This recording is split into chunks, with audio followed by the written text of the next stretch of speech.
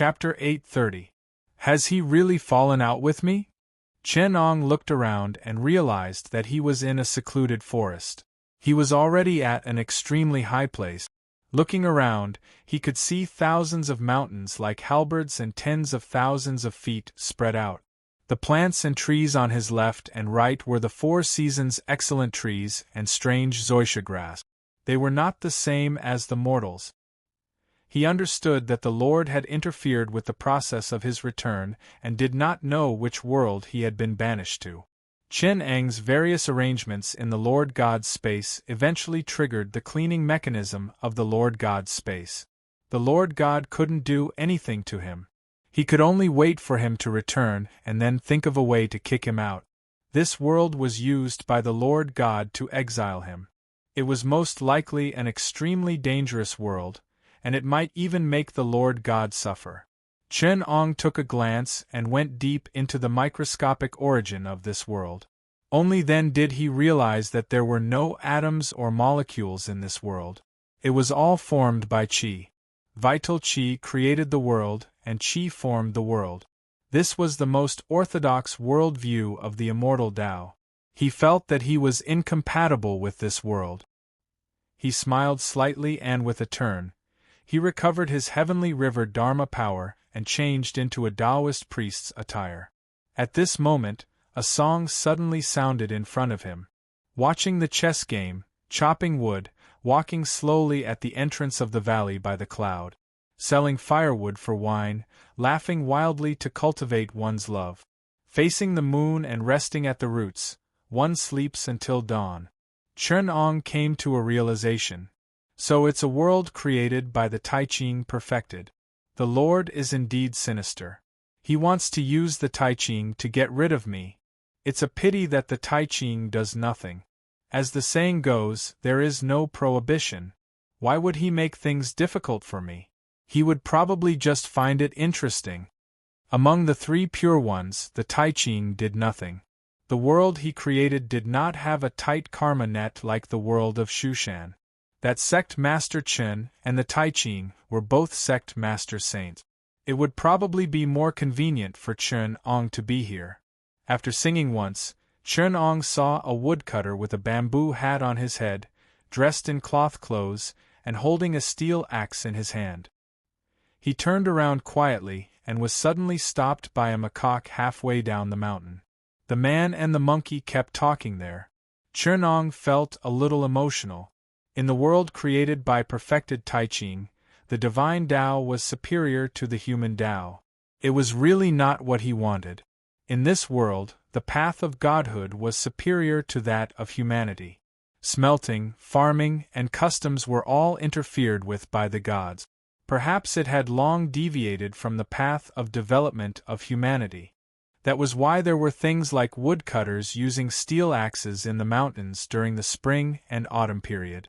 In this world where gods interfered with everything, one really could not use the common sense of those worlds where humanity flourished. Perhaps the rise and fall of dynasties and the pattern of humanity were all affected by the path of godhood. The macaque in front talked about the woodcutter for a long time before turning around to go up the mountain. Halfway up the mountain, he saw a Taoist dressed in feathered robes and wearing a starry crown. His face was like jade as he looked out of the mountain endlessly. The mist between the peaks churned and landed under the Taoist's feet, making him look like a celestial being. The macaque hurriedly went up and asked, Old Immortal, disciple is going to. Chen Ong smiled at him and shook his head. You macaque, why are you calling everyone immortal? Did you think that I didn't hear you asking the woodcutter down there? At this moment, the macaque didn't have a name and only had a nickname. It was called the Monkey King. It mimicked humans and bowed. Old Immortal, since you heard it, then allow me to explain. I'm a disciple from the East Seas Ao Lai country who came here to cultivate. I heard from Big Brother Woodcutter that this is Mount Lingtai Fongtsuan and there's a Patriarch Subhuti here. He's an old immortal with great achievements in cultivation. I'm not Patriarch Subhuti. Chen Ong shook his head. However, I've heard of his great name before. He has a cave abode on the mountain called the Cave of 3 Stars Slanting Moon. Because this name has something to do with an evil sect 10,000 miles to the west, I've never been fond of it. Therefore, I've never had much contact with it. I've only heard that he has many disciples under him, and they teach immortals, divination, plucking yin and yang, and the ability to harmonize women's breasts. With this kind of fake cultivation, how can you enter the real sect? Chen Ong looked at the macaque and shook his head. Could it be that you, a macaque, are also willing to imitate humans and consume human milk, plucking yin to nourish yang? I've heard that apes and monkeys are lustful.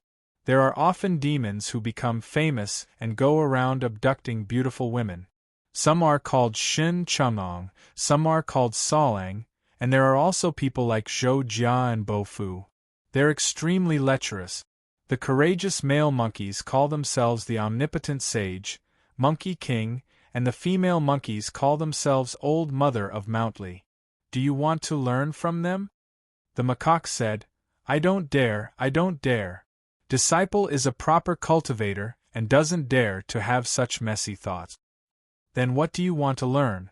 Chen Ong asked with a serious expression. The macaque bowed his head and said, Disciple was originally a stone monkey in the mountain. I played and played all day, plucking flowers and fruits, living a carefree life. After a long time, I saw the old monkey in the mountain die of old age. Only then did I realize that there's a great terror between life and death. Thus, the desire to pursue immortality was born. I came all the way from Ao Lai country just for the sake of immortality. I begged the old immortal to give me 1 or 2 pointers. The art of immortality. Chen Ong said ruefully, the highest class eats fruits, the middle class becomes an official, and only the lowest class seeks the Tao. You came here, seeking fish from a tree, seeking fish from a tree. The macaque heard that there were 3 classes of immortality. He had bitterly sought immortality for more than 10 years, but it was like the moon in the water or the flower in the mirror. Now that he asked, he was overjoyed. He kowtowed and asked, Teacher, please enlighten me. Chen Ong said, Go west to the 5th Manor Monastery of Longevity Mountain. There's an expert called Zhen Yuanzi. His family has a ginseng fruit tree. If one is fated to obtain the fruit and smell it, they can live 360 years. If one eats it, they can live 47,000 years. High up in the sky, where the jade pool of the Queen Mother is, there are 3,600 immortal peach trees. In front, there are 1,200 immortal peach trees. The flowers and fruits are small and mature once every 3,000 years. If one eats them, he can become an immortal. In the middle, there are 1,200 immortal peach trees. They ripen once every 6,000 years. If one eats them, he can ascend and become immortal. At the back, there are 1,200 immortal peach trees. They have purple marks and fine seeds. They ripen once every 9,000 years. If one eats them, he can live as long as heaven and earth. There's also the zoysia horse, immortal grass, and fleeceflower ginseng. They can prolong one's life. If one eats them, they can become immortals. The macaque was fascinated. For a moment, he couldn't control himself. The macaque liked to eat peaches. How could he hold himself back after hearing such a good thing? He hurriedly asked, Teacher, can you tell me, how can I eat the immortal peach? About this, Chen Ong hesitated. Normal people can't eat it, can't eat it. You have to wait for the Celestial Heavens celebration, when the Queen Mother Jade Emperor invites the immortals of the 9 heavens and 10 lands to hold the immortal peach sacred meeting. It's not something normal people can eat. Only immortals can eat it. That's why I said, after a middle-class official registers as an immortal, not only can he ascend and become immortal, he can also participate in the immortal peach feast. If he's lucky enough to eat a peach, what's the point of learning? His lifespan will be the same as the heavens. The macaque was confused. He counted with his fingers. Only immortals can eat the immortal peach? But aren't immortals immortal? If I want to eat the immortal peach, I have to become an immortal. But if I become an immortal, why would I still eat the immortal peach? Those immortals are immortal, they eat the immortal peach. Old immortal, you're making me confused. What's there to be confused about?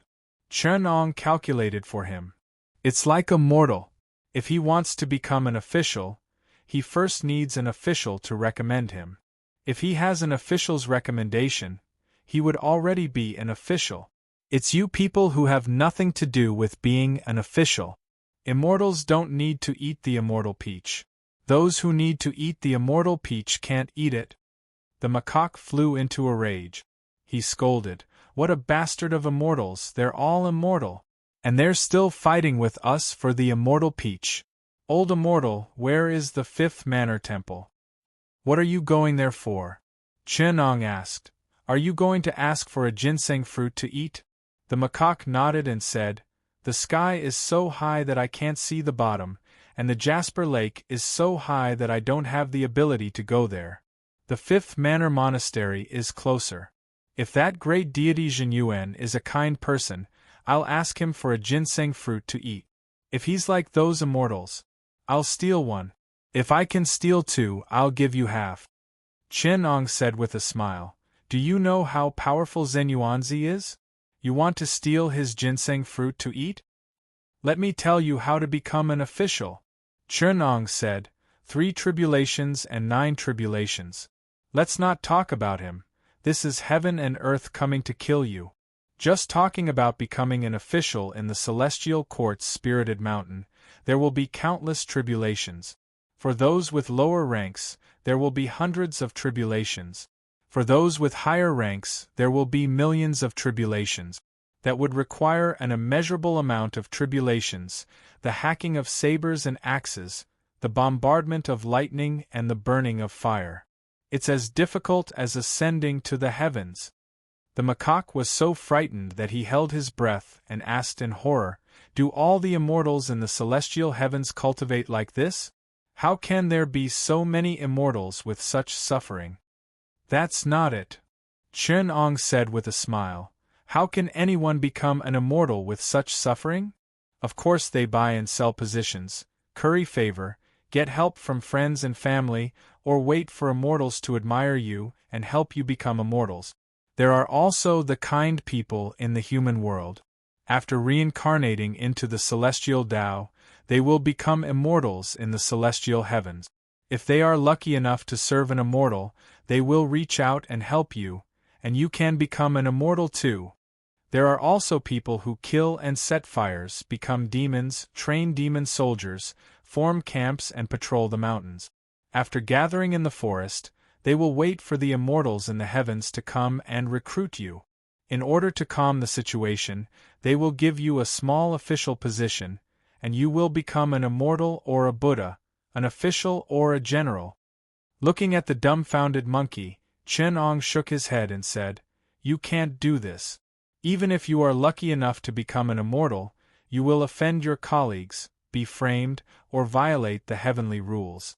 You will only end up walking on the immortal slaying platform. It is better to go to the human world and train for tens of years. I see that you have more than half of your lifespan left. Go to the human world and be an official for 100 years. Settle the various dojos of the celestial heavens in the human world, and then find a chance to go up." 2 of the monkey's 3 souls had left, and 3 of its 6 spirits had scattered. After listening to Chen-Ong talk about the celestial heavens' official matters, it unknowingly followed him to the mountain. From afar, it saw a cave abode with the aura of an immortal. It was extraordinary, and on its left was a stone tablet with the words, "Mount Lingtai Fongsuan, Cave of Slanting Moon and 3 Stars." The monkey knew that they had reached the place, but it wasn't very happy. It saw a boy standing at the entrance of the cave abode, but it didn't rush over. Instead, it grabbed onto Chen-Ang's clothes and asked, "This boy is handsome and extraordinary, and he has accompanied the immortals. Can he become an immortal?" Chen-Ong looked straight at the boy and divined his past and present lives, seeing through his internal organs. He shook his head and said, "He hasn't shed his mortal bones. In the future, he will only be a Taoist with some abilities. He won't be able to become an immortal." The macaque rushed over and asked, "You are disturbing the celestial boy." The boy said seriously, "Are you the one who came to visit the Tao? Why did you make me wait for so long? Quickly come with me to meet the patriarch." The macaque apologized, "I'm here to learn the art of immortality. May I ask the celestial boy, can you become an immortal?" Chapter 831. Don't panic, don't panic. After the monkey heard the words, it wasn't as respectful towards the boy anymore. It shot towards Chen Ang's side and immediately bowed. "Ancestor, please give me some pointers. I'm a stone monkey born from the heavens and without any parents. Do I have any hope of attaining enlightenment?" Chen Ong closed his eyes and raised his head, not saying a word. The ruffian monkey begged in Chen Ong's side, "I thought you were smart. Since I didn't say anything, it means that it's as hard as ascending to the heavens. You're just a wild monkey with no background and have never made friends with heroes from all over the world. You're not a guest of the Dragon Palace and have no fate with heavenly troops and generals. You're not familiar with Xianzhen from the Three Mountains Grotto heavens, and the star lords and constellations in the heavens aren't close to you. You've never burned your fingers to worship Buddha. In your past life and this life, there aren't any deities that can be related to you. Go away, go away. With such a background, how can I attain enlightenment and become a deity? Why don't you learn some skills and gather in the forest, raise flags and rebel, waiting for the recruitment?" The ruffian monkey cried out 3 times like the cry of an ape. After crying, it pulled its sleeves to wipe its tears and asked, "I'm not fated to obtain such a high-grade art of longevity. I can only fight for my own birth and seek for a low-grade art of longevity. I would like to ask, Patriarch, how should this disciple obtain the most inferior technique of immortality?" Chen Ong calculated with his fingers and said with a smile, "This is a low-level art of longevity, but it's the easiest to cultivate. I'll let you know that in the vast world of the 3 mountains and 5 peaks, there are many demons who have cultivated the art of longevity. It's nothing more than a small Tao of breathing in and out the spiritual qi of heaven and earth and worshipping the essence of the sun and moon. You can wander in the wild and seek refuge with a big demon who has matured." The monkey bowed. "Can such a low-grade art of longevity lead to longevity?" Chen Ong sighed softly. "It's like the soil in the kiln. It looks good but it can't withstand the wind and rain." The monkey scratched its ears and asked, "How can it be like the soil in the kiln? Longevity air. However, as long as a living being matured, it would defy the common sense of life and death. Every 500 years, heaven and earth would come to kill you. In the first 500 years, the heavens would send down a lightning disaster to strike you. You had to know your own nature and heart and avoid it in advance. If you could avoid it, you would be free for another 500 years. If you couldn't avoid it, you would die. After another 500 years, the heavens would send fire to burn you. This is not an ordinary fire, it's not a yang fire, it's a yin fire that cuts through the bones and scatters the soul, it's a yin fire that can burn your internal organs into ashes. It's burning from your Yongquan acupoint, it's burning straight through your Anai Yuan Gong, it's dangerous, very dangerous. After dodging this second calamity, there is still 500 years to go. A gust of cold wind will blow from the fontanelle into the 6 organs, pass through the dantian, and penetrate the 9 orifices. The bones and flesh will be thinned, and the body will know it. These 3 calamities are difficult to deal with. In the mortal world, you've often heard of a lightning strike from a clear sky, killing the strange beasts in the mountains. That was the demon that couldn't avoid the 3 calamities. Her painstaking cultivation turned into ashes, and all her abilities turned into dust. In other words, the demon's art of longevity is like the soil of a kiln. It looks like that, but when the wind and rain poured on it, it would turn into mud, and there would be no results. When the monkey heard about the 3 calamities, he was so frightened that his heart trembled. He begged, "Teacher, how can you bear to see your disciple without results? Longevity, I don't want to cultivate it, I don't want to cultivate it. Please teach me how to avoid the calamities and achieve longevity, so that I can avoid the 3 calamities and have a chance to achieve enlightenment." I also know how to avoid the 3 calamities. Chen was worried and said softly, "Why are you begging me? Look at that celestial child. He has received Su Puti's decree and is waiting for you at the door. You can tell that Su Puti has the heart to help you. His family had their own art of transformation. 1 transformation was equivalent to 1 life. The 36 heavenly spirits were equivalent to 36 lives. The 72 earthly fiends were equivalent to 72 lives. How many lives could the 3 calamities harm? What can I do?" The monkey was stunned. It turned its head to look at the boy, only to see the boy frowning.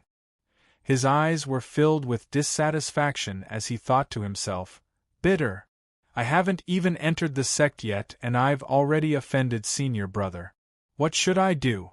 The monkey first looked at Chen Ang's expression, only to see that Chen Ang's expression was as calm as still water. There was no expression on his face. The stone monkey was born with innate intelligence. When it first entered the world, it had gone through many trials and tribulations. Its intelligence was still not as unruly and arrogant as it would be in the future. It naturally knew what was good and what was bad.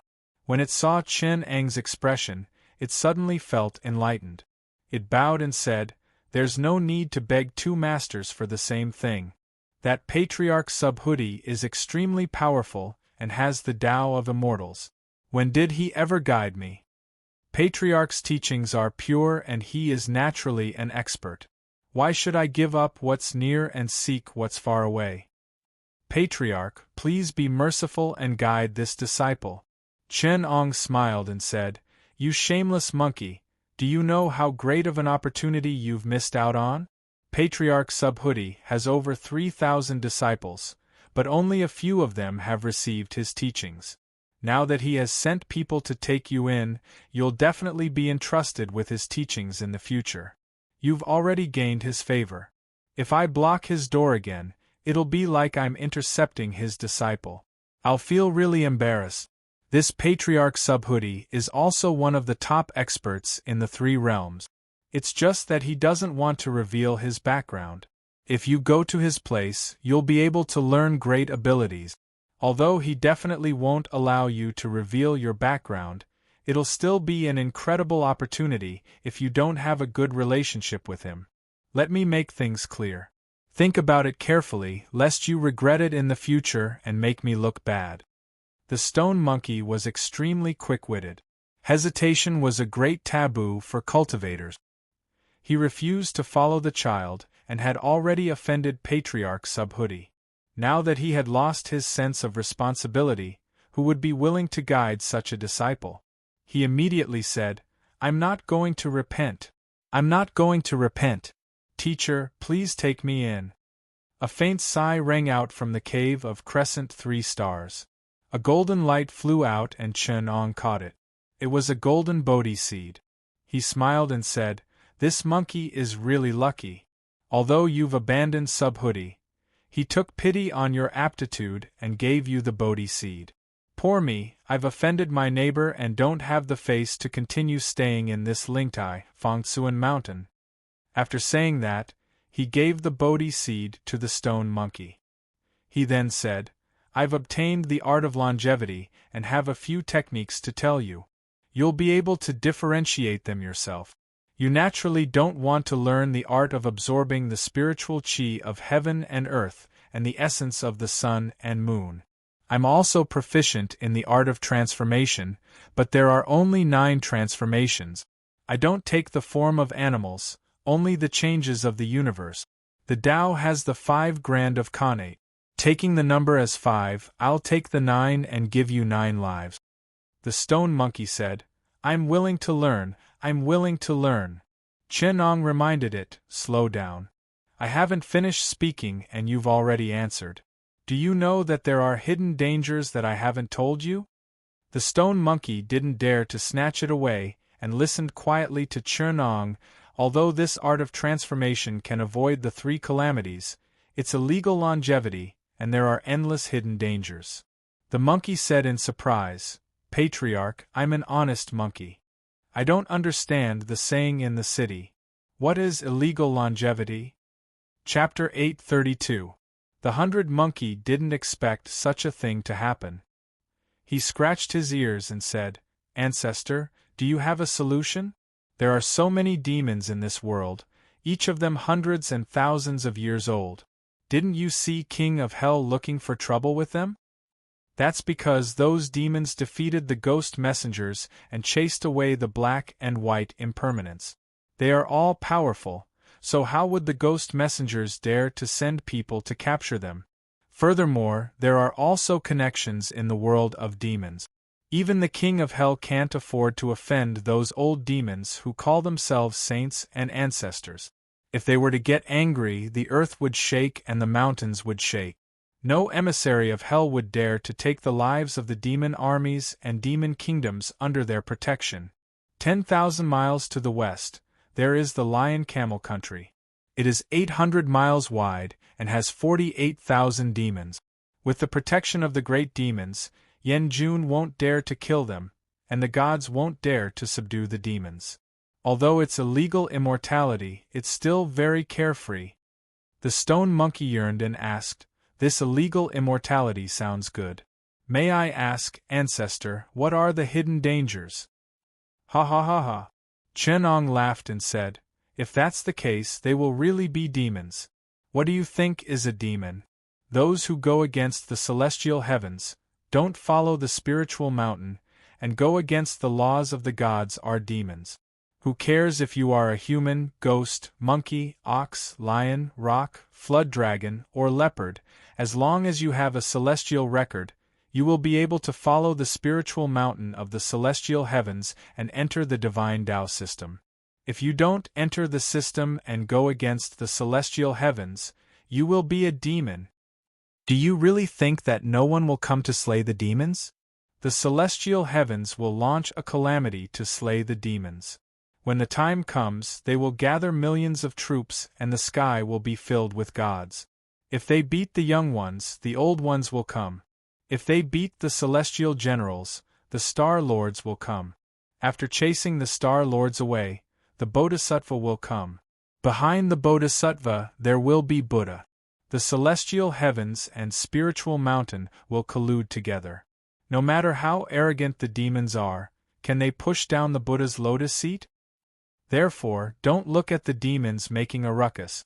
In the future, when the heavenly courts pull out a list, all of them will suffer a calamity or be taken in as mounts and pets. This is another wonderful thing about enlisting them. The monkey was dumbfounded and said, These demons, aren't they because they eat humans? Ha ha. Chernong smiled again and said, Although demons that don't eat humans are rare, it's not like they don't exist. Many demons either have righteous intentions or have a pure nature, so they don't eat humans to do evil. But if they want to live forever, they have to chase away and avoid the messengers of hell. If they avoid the messengers of hell, they are demons. What's more, don't be fooled by the solemn, dignified, and well-respected deities of today. Before they became immortals, did they not eat humans? In the West, Mahamayuri could eat 100,000 people in a country with a single mouth. In this world, how many monsters could be as savage as him? Those who have immortal records are immortals.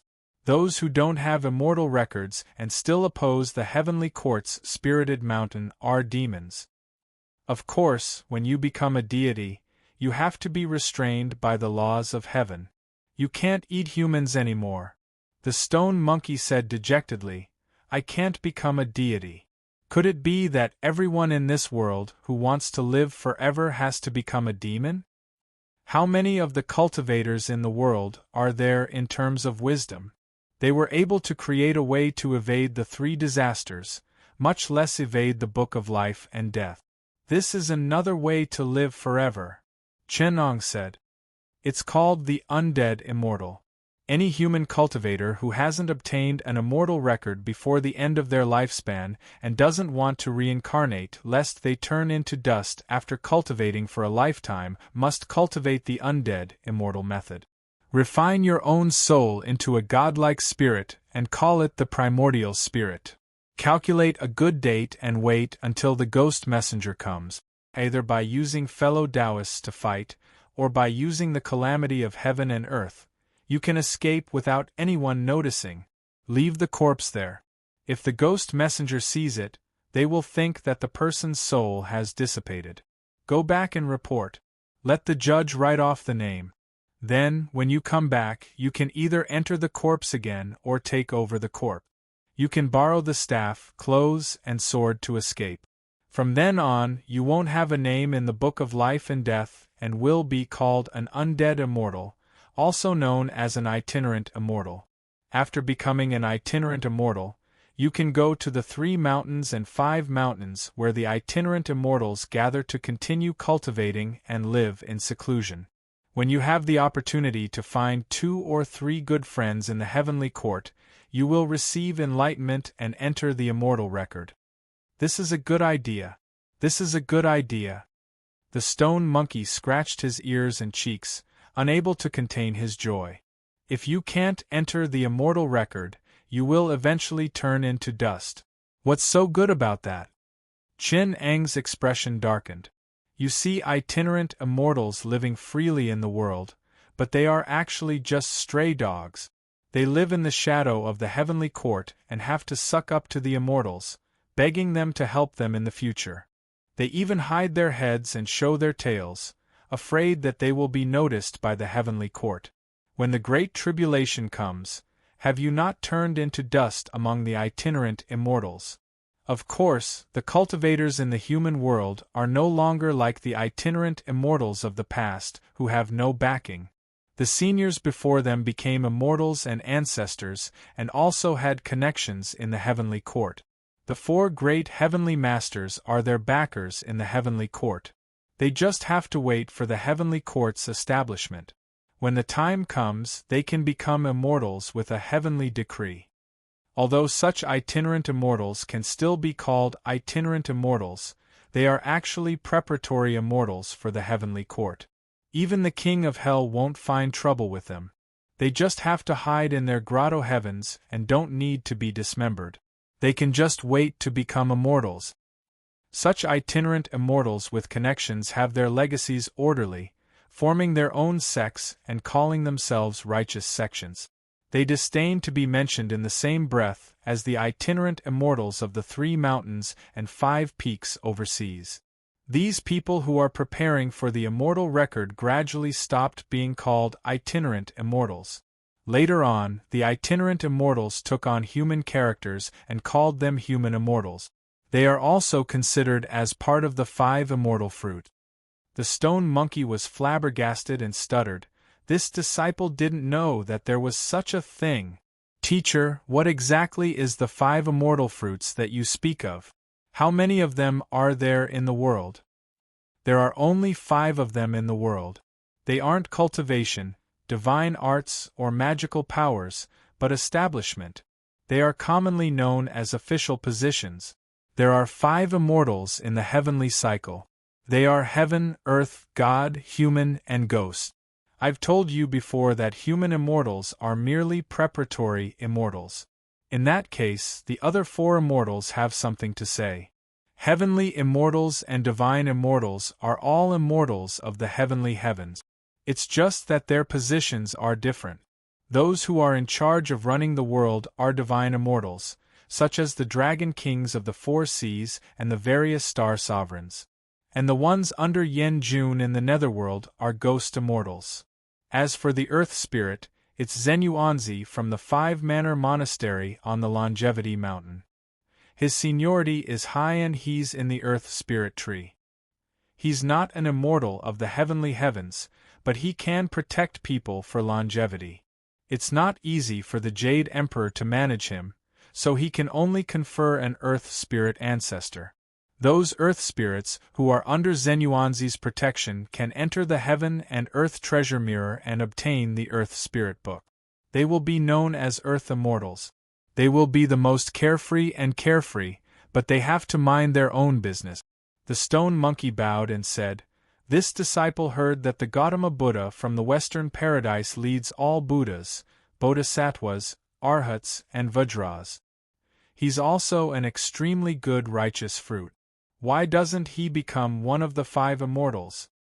Why doesn't he become one of the 5 immortals?" Chen Ong smiled and said, "Don't forget that those human immortals are just immortals to make up the numbers. How can they be considered as righteous fruits? I'll let you know that the Western Paradise's mystical mountain also has a line of immortals. They're called the Deju Golden Immortal, and you can just call them Golden Immortals.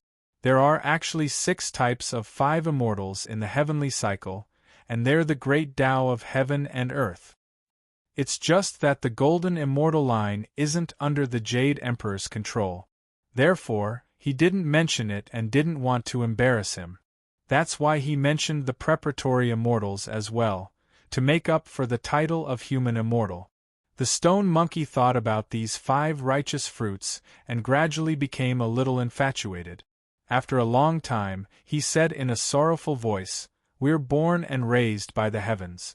We have no one to rely on. It's so difficult to achieve righteous fruits." He almost cried. He kowtowed to Chernong and said, "Teacher, thank you for enlightening me. Otherwise, I wouldn't be able to find righteous fruits even after searching for 100 years." Chernong sighed and said, "Foolish child. Longevity is easy to obtain, but righteous fruits are hard to seek. That's all. I've heard that an elder of the celestial heavens, Taishang Laojun, descended to the mortal world over 80 years ago. He's now under the Emperor of Great Zhou as the administrator of the treasure vault. He's one of the few great virtues in the mortal world. His status in the celestial heavens is extraordinary. If you want to obtain righteous fruits, there's no other option other than him. If you only want to obtain righteous fruits, then go kill and commit arson to be conscripted. I've caused you to offend Subhuti and ruined your future. I'll return you an opportunity. Follow me to meet that old man. I'll ask for a favor from fellow Taoist Grand Pure. I won't let you have no righteous fruits." The stone monkey prostrated on the ground and didn't get up. He said in a sorrowful voice, "Teacher has treated me with great kindness. Why are you chasing me away? Ever since I was born, I've only known about life and death. I've only understood good and evil after going through trials and tribulations. Only after meeting Teacher today did I understand my future. I'm only willing to be a good-for-nothing disciple under Teacher. Other than Teacher, I don't know anyone else. You don't know fellow Taoist Grand Pure's remarkable abilities. This world is your parents, and fellow Taoist Grand Pure is like your parent. How can the kindness of a moment's guidance surpass the virtue of creation? You're still ignorant now, saying such foolish things. In the future, when you understand, you'll come to blame me. Get up." Chen Ong waved his sleeves and wrapped the stone monkey up, rising up into the sky and heading toward Luoyang. Chapter 833. In the 4th year of King Jing of Zhou, there was a civil war in Luoyi. Luoyi was also called Luoyang because it was located on the Luo River. In the 20th year of King Jing of Zhou, King Jing of Zhou wanted to appoint his eldest son, Prince Zichao. However, he failed and the people of Zhou elected King Morning. In the same year, Prince Zichao killed King Morning and established himself. In the 1st year of King Jing of Zhou, Jin supported Prince Zichao as King Jing. In the 4th year of King Jing of Zhou, Jin led its vassals to support King Jing into the capital of the Chu kingdom. In the same year, Laozi left Luoyi with the books in the treasure room. Since the Zhou dynasty lost to Prince Zichao, Laozi did not have to return. Confucius wanted to offer the books to the Zhou dynasty. His disciple Zilu said, "I heard that there was an old man in the history of the Zhou dynasty who did not have to return." Confucius said, "Good. he went to see Lao Dan again. In the autumn of the 4th year of King Jing of Zhou, Chen Ong went to Luo Yi with the stone monkey. The macaque followed Chen Ong all the way down to Luo Yi on a cloud. Along the way, he saw the vassals fighting and killing each other. The further they went to Luo Yi, the more desolate the surroundings became. There were broken walls, broken well railings, broken paths, barren fields, and withered grass. Humans looked like apes. They wore clothes and looked like themselves. Gradually, they felt sad and compassionate. On the other hand, Chen Ong rode on the clouds, climbing over mountains and crossing rivers. Even though the Nanzhan section state was extremely vast, Chen Ong managed to cover the path that the macaque had taken years to cover in one day and night. By the time the next day turned dark, he had already reached the outskirts of Luoyi City. At this time, the chaos in the imperial court had just ended and the traces of war outside Luoyi City had yet to subside. White bones were everywhere and the fields were barren. Chen Ong was dressed in Taoist robes and entered the city. Surprisingly, no one stopped him. The macaque was wearing clothes and followed behind him like a human. After Chen Ong entered the city, he paused for a moment and looked up at the sky. Then, he headed straight for a place in the city. The macaque was puzzled and asked, "How do you know where Lao Dan is in the wilderness?" Looking at the qi in Luo Yi, the east is the most expensive. 2 streams of purple qi interweave and rise 30,000 miles high. One is meandering like a dragon and the other is entrenched like a unicorn. The dragon's head is supported by the white clouds. It can be seen that the saint has white hair and looks like an old man. The Qilin sits on the east side of the Su and Wei 2 constellations, entrenched on the boundary between Kuei and Lu. The Xian Qi and Jiang Lu 2 stars are in front. It must be born from Lu and came from Qi. I've heard that Confucius, the great sage, was born in Lu state and traveled to Qi state. He was born with an old face and his hair has turned white. The place where the purple air is occupying must be the place where Confucius sought enlightenment from Lao Dan. It's a good chance for you, a macaque. Why don't you quickly follow me there? The macaque was overjoyed and jumped forward to lead the way. At this moment, a bearded man beside him bowed and said, "Sage, please wait. I'm Zi Lu, a disciple of the headmaster. I've just heard that you're a sage in astronomy and you're good at observing the qi. You must be a sage in the world. I'd like to introduce you to the headmaster." With Zi Lu leading the way, Chen Ong took the stone monkey and went straight to the place where Lao Dan lived. Along the way, Zi Lu consulted Chen Ong several times and learned that Chen Ong knew everything about astronomy and geography, as well as the languages of various countries. Thus, he respected Chen Ong even more. When they arrived outside the thatched cottage, he first apologized to Chen Ong and then went into the thatched cottage to invite the 2 saints out. Chen Ong did not stand there for long. The monkey was not a stable person. Fortunately, he was well-mannered now and restrained himself reluctantly. However, the monkey's nature did not change. It was inevitable that he winked at Chen Ong. After a while, someone came out of the thatched cottage. The one walking in front was a handsome old man with a mysterious appearance. He had yellow and white hair, long eyebrows, long ears, big eyes, sparse teeth, square mouth and thick lip. Behind him was a middle-aged man. His head was on the top of the polder and he was taller than ordinary people. Zi Lu followed behind the 2 of them like a disciple. Rarely, Chen Ong first went forward and bowed respectfully.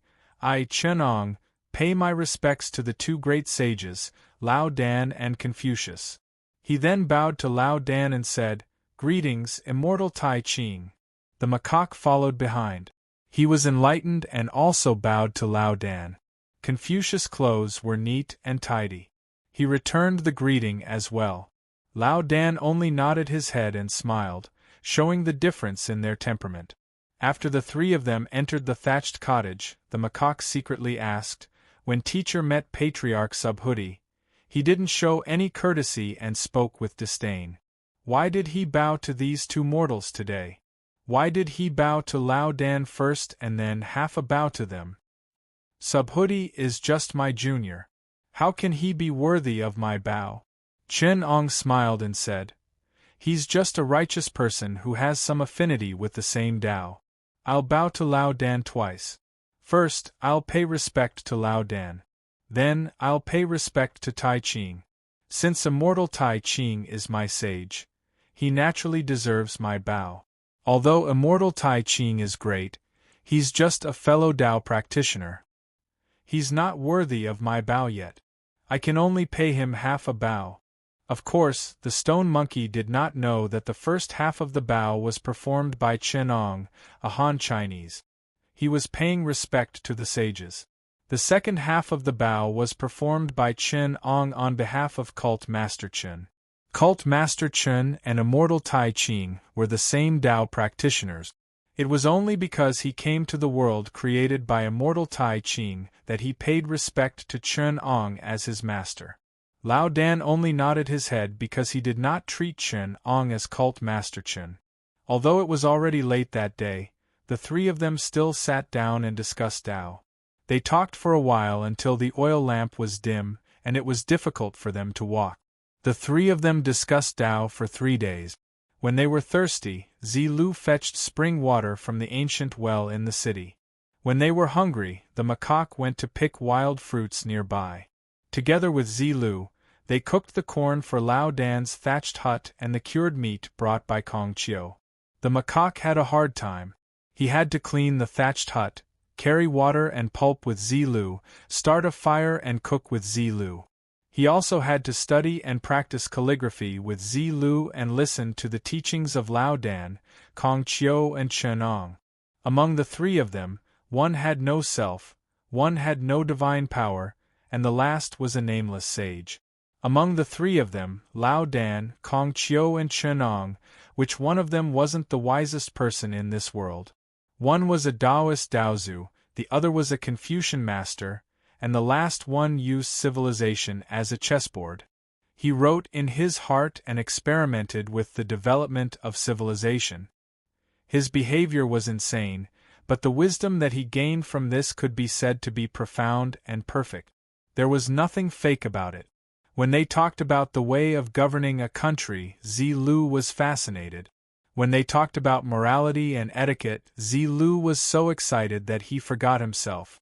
Although the macaque was listening to the most exquisite theories of the three religions, he was confused most of the time because he didn't know the human way.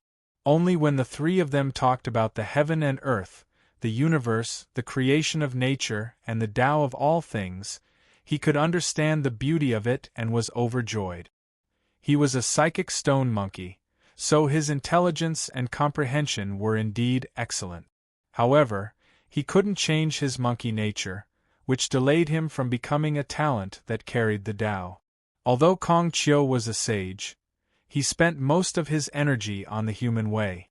He was not as knowledgeable as Lao Dan, the incarnation of the Tai Ching Jinren who created the heaven and earth, not to mention Chen Ong, whose incarnations were either the celestial cult leader, the god of gods, or the seekers of natural science, who were insane. Later on, he talked less and listened more. He had another kind of wisdom. Although the stone monkey did not understand much about the human way, he learned from Kong Chiu to be like a human, Lao Dan to be as merciful as a god, and Chen Ang's bestial nature had yet to be shed, which added to his demonic nature. On the surface, he was a man who knew etiquette and was a talent that carried the Tao. However, he was rebellious inside, and had a demonic nature that disregarded everything. As the saying goes, gods, demons, humans, and monkeys are all me, and I'm not the Monkey King. One day, Tai Ching Jinren saw the macaque sweeping outside the door, and suddenly called it in. The stone monkey knelt on the ground, only to hear Tai Ching Jinren saying, "I have some fate with you. I've already understood Chen Daoyou's intention. Let me ask you, what's your surname?" The macaque raised its head and said hesitantly, "I'm a monkey raised by the heavens. How can I have a name? I only hope that teacher will reward me with a name when you see me being diligent and alert." After saying that, it looked at Chen Ong eagerly. Chen Ong secretly shook his head and said angrily, "Why are you looking at me? I've already said that the person in front of you is half a parent to you. Why can't your surname be Sun?" The macaque's expression changed drastically. "Are you saying that I'm old? I'm still a little monkey, and I only want to live forever. If I have this surname, when people call me king, they will add the word old and become Old King. When they call me Monkey Macaque, I will become Old Monkey, Old Macaque. My seniority is one generation higher than mine. Won't my children laugh at me if I go out to sea to learn the art of immortality? It's an inauspicious sign." Tai Ching-Jinren smiled and said, "Since you don't want your surname to be old, and you want to live forever, then your surname shall be Sun." Chapter 834. After the stone monkey received its name, it was elated and excited. It first bowed to Chen Ong to express its gratitude, then paid its respects to Reverend Tai Ching. The saints of the three sects discussed the Tao for 10 days. The Monkey King learned etiquette and ethics from Confucius. After listening to Laozi, it also learned about morality and inaction. In the end, it was imparted by Chen Ong and understood the natural sciences. It was really a great opportunity. Before the saints of the three sects, it was half a monkey and half a celestial. It had learned language and manners from Zilu, learned how to write and reason, and studied diligently every day. Every day, when it was free, it swept the floor, weeded, looked for firewood to light a fire, carried pulp to boil water, and took care of the cowshed behind the thatched hut. Everything that the three sages needed was prepared. Every time the three saints started to talk, it and Zilu would sit upright and still, listening to them. However, Kong Chiu came from the state of Qi to visit Lao Dan because Prince Zichao had coerced the Zhou clan to protect the treasure chamber. The imperial clan temple had surrendered to the Chu dynasty, causing the Zhou clan temple's imperial clan library to be lost. He wanted to offer the library to King Jing of Zhou to rebuild the treasure chamber.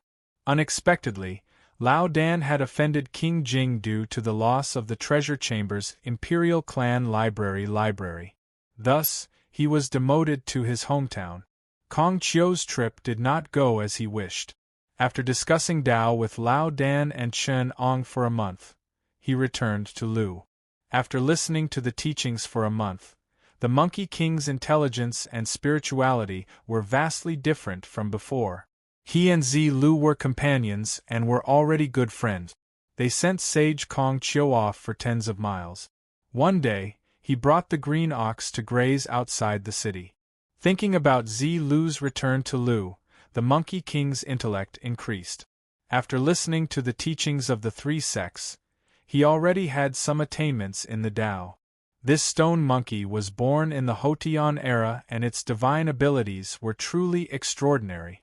It understood yin and yang, understood human affairs, could discern the future, knew the future, understood the myriad of things, and could avoid death and prolong life. It saw that Zilu was an upright and courageous person, and that every saint who achieved the Tao would have to face twists and turns and dangers. Somehow, it already knew that Zilu would face a calamity this time and would die a horrible death. It couldn't help but feel sad and wanted to cry. The Monkey King caressed the back of the green bull and lamented, "Zilu, Zilu, there is no road anymore. This is a dangerous journey, where will your soul go? He has his own good fortune, and he will definitely achieve positive results in his next life." These few days I heard Confucius say, "If one hears the way in the morning, one can die in the past." Although Zhong Yu is in trouble, his soul is still there and he has a bright future ahead of him. His achievements in his past and future life will probably be above us, so why are you so sad? Afterlife? Wukong had no time to distinguish, so he answered casually. However, after a while, he came back to his senses and turned to look at the green ox. He saw that the green ox was also looking at him. Its eyes were like a human's, intelligent, and it even nodded and smiled at him. Wukong felt his hair stand on end. He took a step back and shouted, "Monster! Where did this monster come from? You turned into old He's cow and scared me." The green bull was also angry and said, "You are born with a hairy face, and you learn to wear clothes and speak with etiquette. You look down on others who are also wearing hair and horns.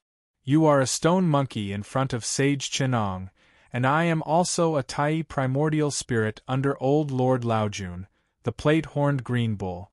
We are both of different races, and I thought you were a loyal person, but who knew that you looked down on me?"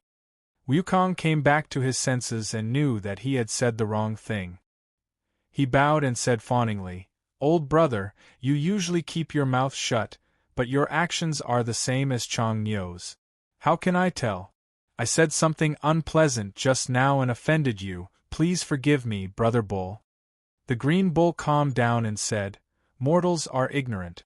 Grandpa Laojun is staying here, so how would I dare to cause trouble for him? It's also because you and I are alone today, and we are both different races with hair and horns that I spoke to you.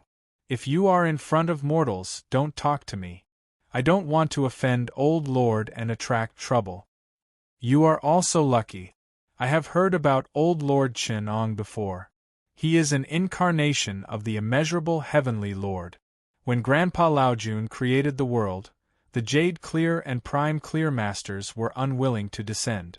Before Old Lord's 1 Chi turning into 3 Clear, he had the intention to invite the immeasurable Heavenly Lord to occupy the position of the Jade Clear Primordial Beginning. However, the immeasurable Heavenly Lord declined, so he gave up. Now that Old Master has lost his position as the keeper of the treasure trove, he originally wanted to head west to the Hangu Pass. However, when he saw the Qilin coming from the east and the Phoenix flying south, he knew that 2 saints had come to visit, so he stayed behind.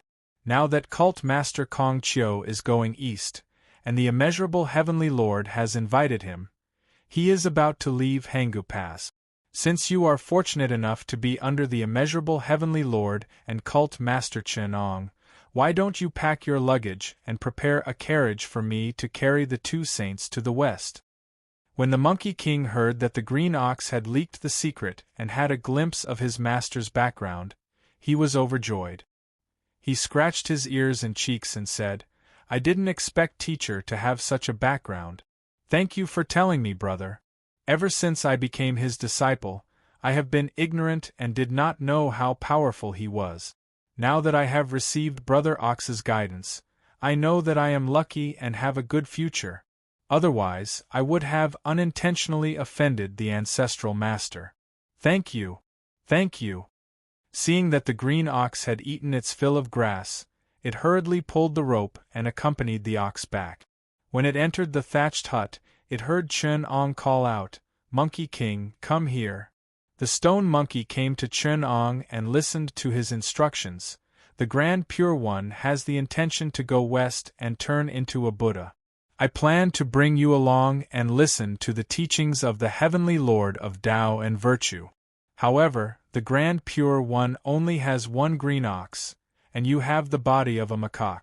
Although the green ox has great strength, its back is narrow, and it can't carry many people. When I was a sect master of the rogue immortals overseas, I had a golden boat. It can be made into a carriage after some modifications. Go and carry the green ox on the carriage." After that, Chen-Ong took out the golden boat of fate from his sleeve and threw it on the ground. It turned into a bronze carriage.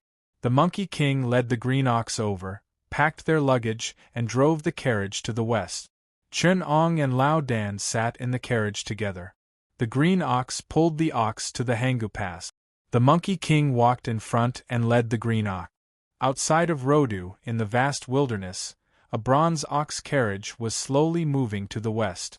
A macaque was pulling the carriage in front, and 2 sages were sitting at the back.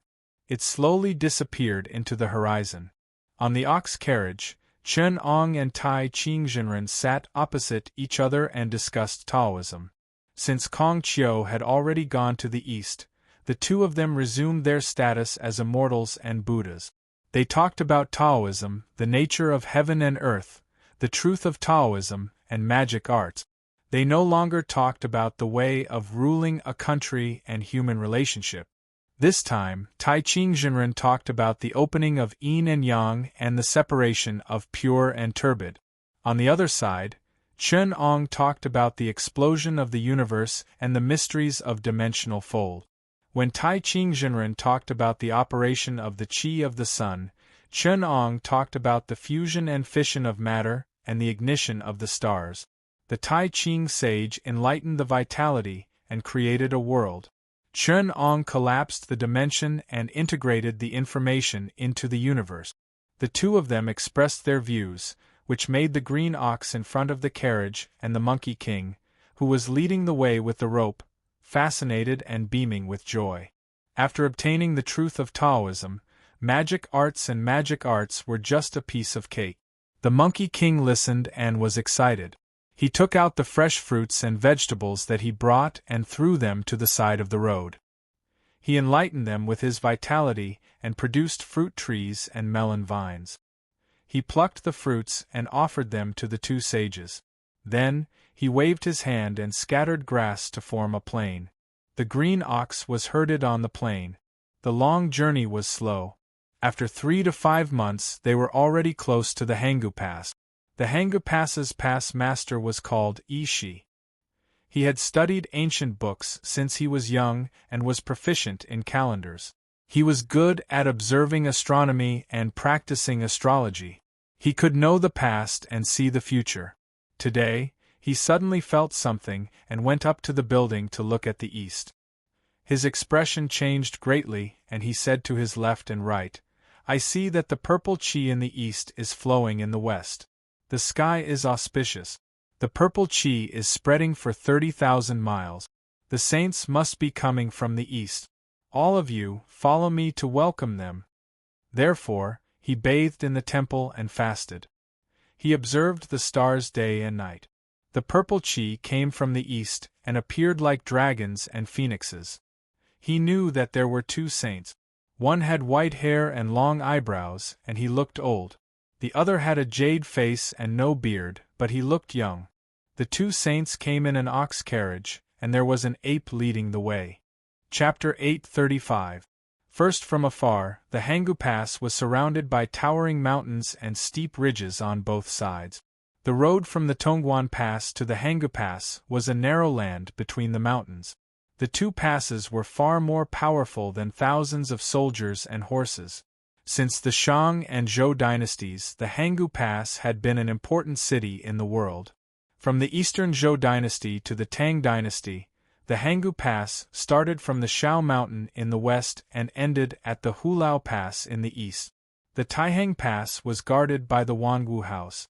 It was the barrier of the Central Plains, a gift from the heaven to the Yellow Emperor.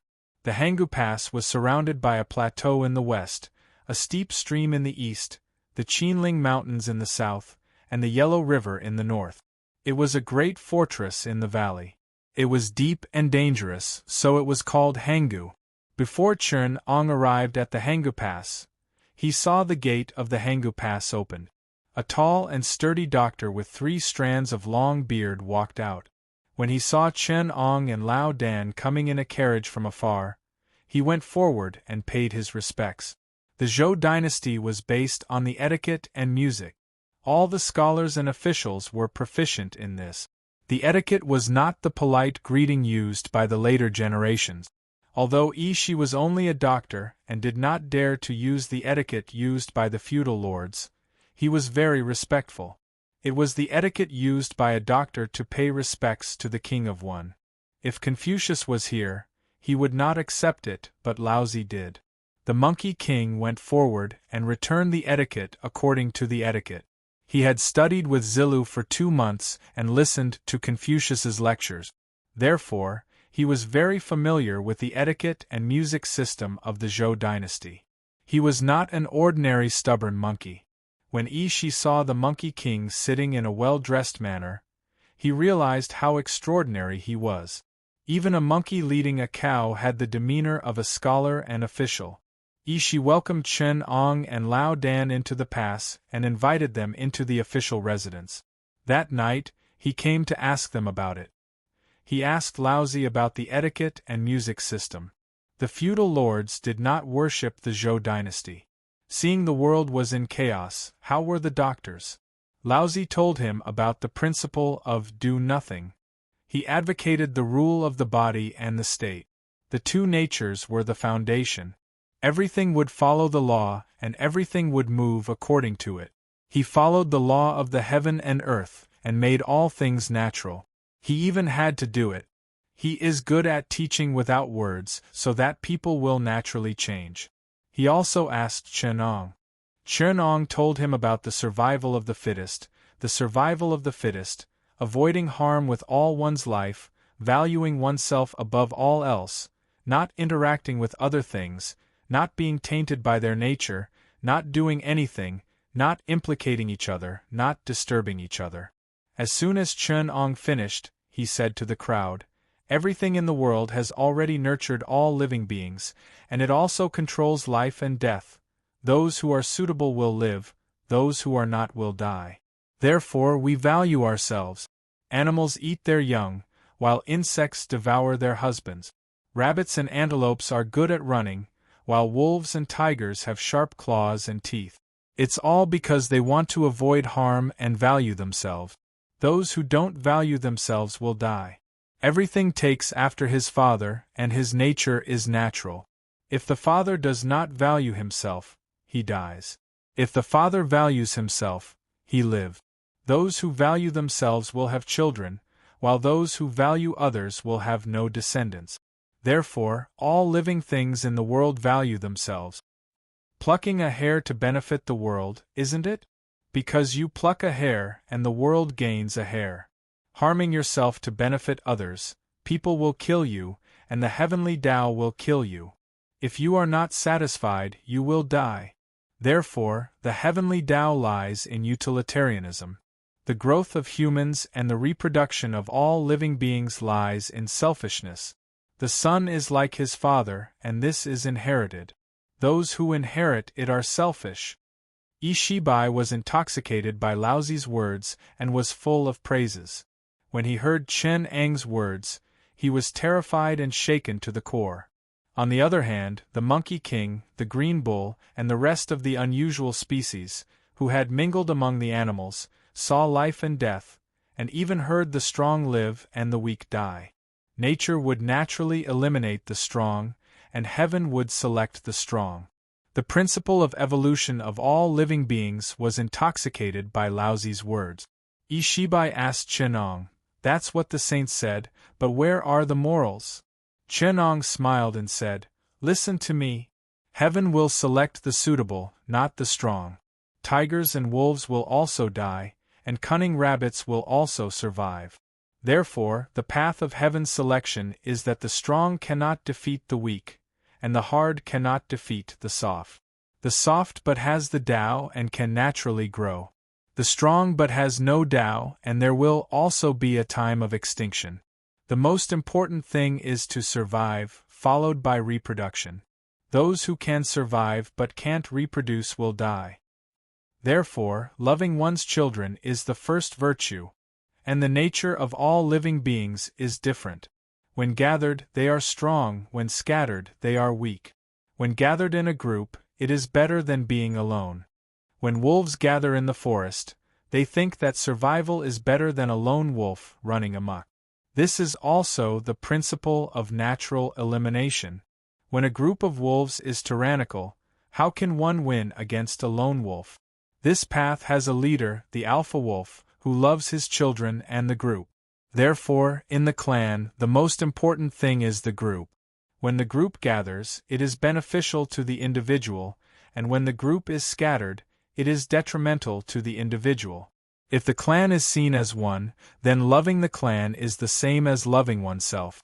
Therefore, loving one's clan is the second virtue. Chen Ong was on a whim. With a raise of his hand, he talked about the path of vitality transforming into all living beings, and the reproduction of bloodlines and inheritance. There were no atoms in this world, but vitality atoms were just one thing with two phases. Chen-ong only made some modifications. From the biological characteristics, the bones left behind, and even the appearance of the great ancient demon, he talked about the theory of evolution. He also deduced the ancient customs of this world and described the species. He talked about the evolution of species and the path of extinction. Later on, Ishi dared not to memorize the path. He only dared to record the ancient landforms and scenery described by Chen-ong, which was passed down to the later generations. It was known as the Classic of Mountains and Seas. There was also a servant beside him who secretly recorded the principles that Chen-ong described. However, the servant did not know much about literature.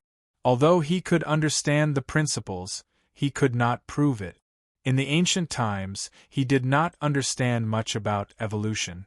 In the end, he only recorded the way of humanity and lost the way of nature. When the servant returned home, he taught his son Yang Zhu the way that Chen-ong taught. After hearing what Chen-ong said, Lao Dan nodded and said with a smile, "Good. Regard yourself as the world if you can entrust yourself to the world. Regard yourself as the world if you can entrust yourself to the world." Chen-ong also said that the heaven's way was constant, but all the laws were impermanent. Everything had the principle of movement, change, and development. It was said that when the heaven changed, things changed. In order to adapt to the changes of the heaven and earth, the principle of continuous evolution of species was combined with the idea of valuing oneself. In order to adapt to the changes of the heaven and earth, one must grasp the principle behind the movement and change of things and seek the Tao. This was called development. It was said that humans were different from all living things because of their wisdom. Wisdom could seek the Tao and seek change, instead of the change of natural elimination. Humans were fickle, so they were better than all living things in the world. Humans could seek the Tao, so they valued all living things in the world. It was also said that when humans gathered in groups, they had the virtue of loving their children and the clan. However, they also had the nature of selfishness and self-love. The human clan valued themselves, and the individual valued themselves. Everyone's selfishness and self-love would harm the clan and themselves. Moreover, they were fickle with wisdom. Therefore, between the love of the individual and the love of the greater self, there were the evolution of the sexes, human desires, and morality. Among the people, if one became a criminal because of one's own value, in the natural selection of the fittest, one would harm oneself. If one violated others, one would harm oneself the most. In the end, it was changed by wisdom, and a contract was made and a consensus was reached, just like the collective consciousness of the crowd. This was morality. Morality was also the principle of valuing oneself. The Monkey King listened to Chen-ang's description of the evolution of the heavens and the path of development of humans. It was the principle of humans evolving from beasts to humans. The Monkey King was originally a stone monkey born by the heavens. He mingled among monkeys and was enlightened in the human kingdom. He received the teachings of the three saints, Lao Lao, Chen, and Confucius. He had seen the laws of nature, the laws of human civilization, and the teachings of morality. At this point, he finally understood human nature and understood that humans were also beasts. He used wisdom and morality to govern, no longer having a conflict with his bestial nature. He gradually understood the difference between wisdom and morality and the bestial nature of humans. He also came into contact with the Tao of all living things in the world. His knowledge was so high that it was rare to find someone like him in this world.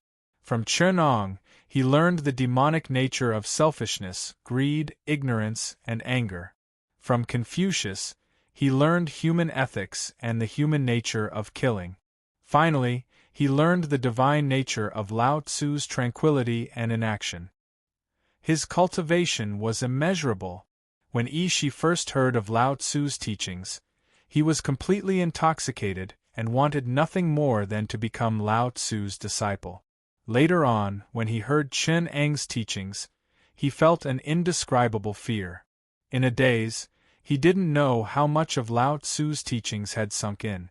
In the end, when the lecture ended, he left in a hurry, even ignoring the rules of etiquette. Ishi stumbled back to the official residence.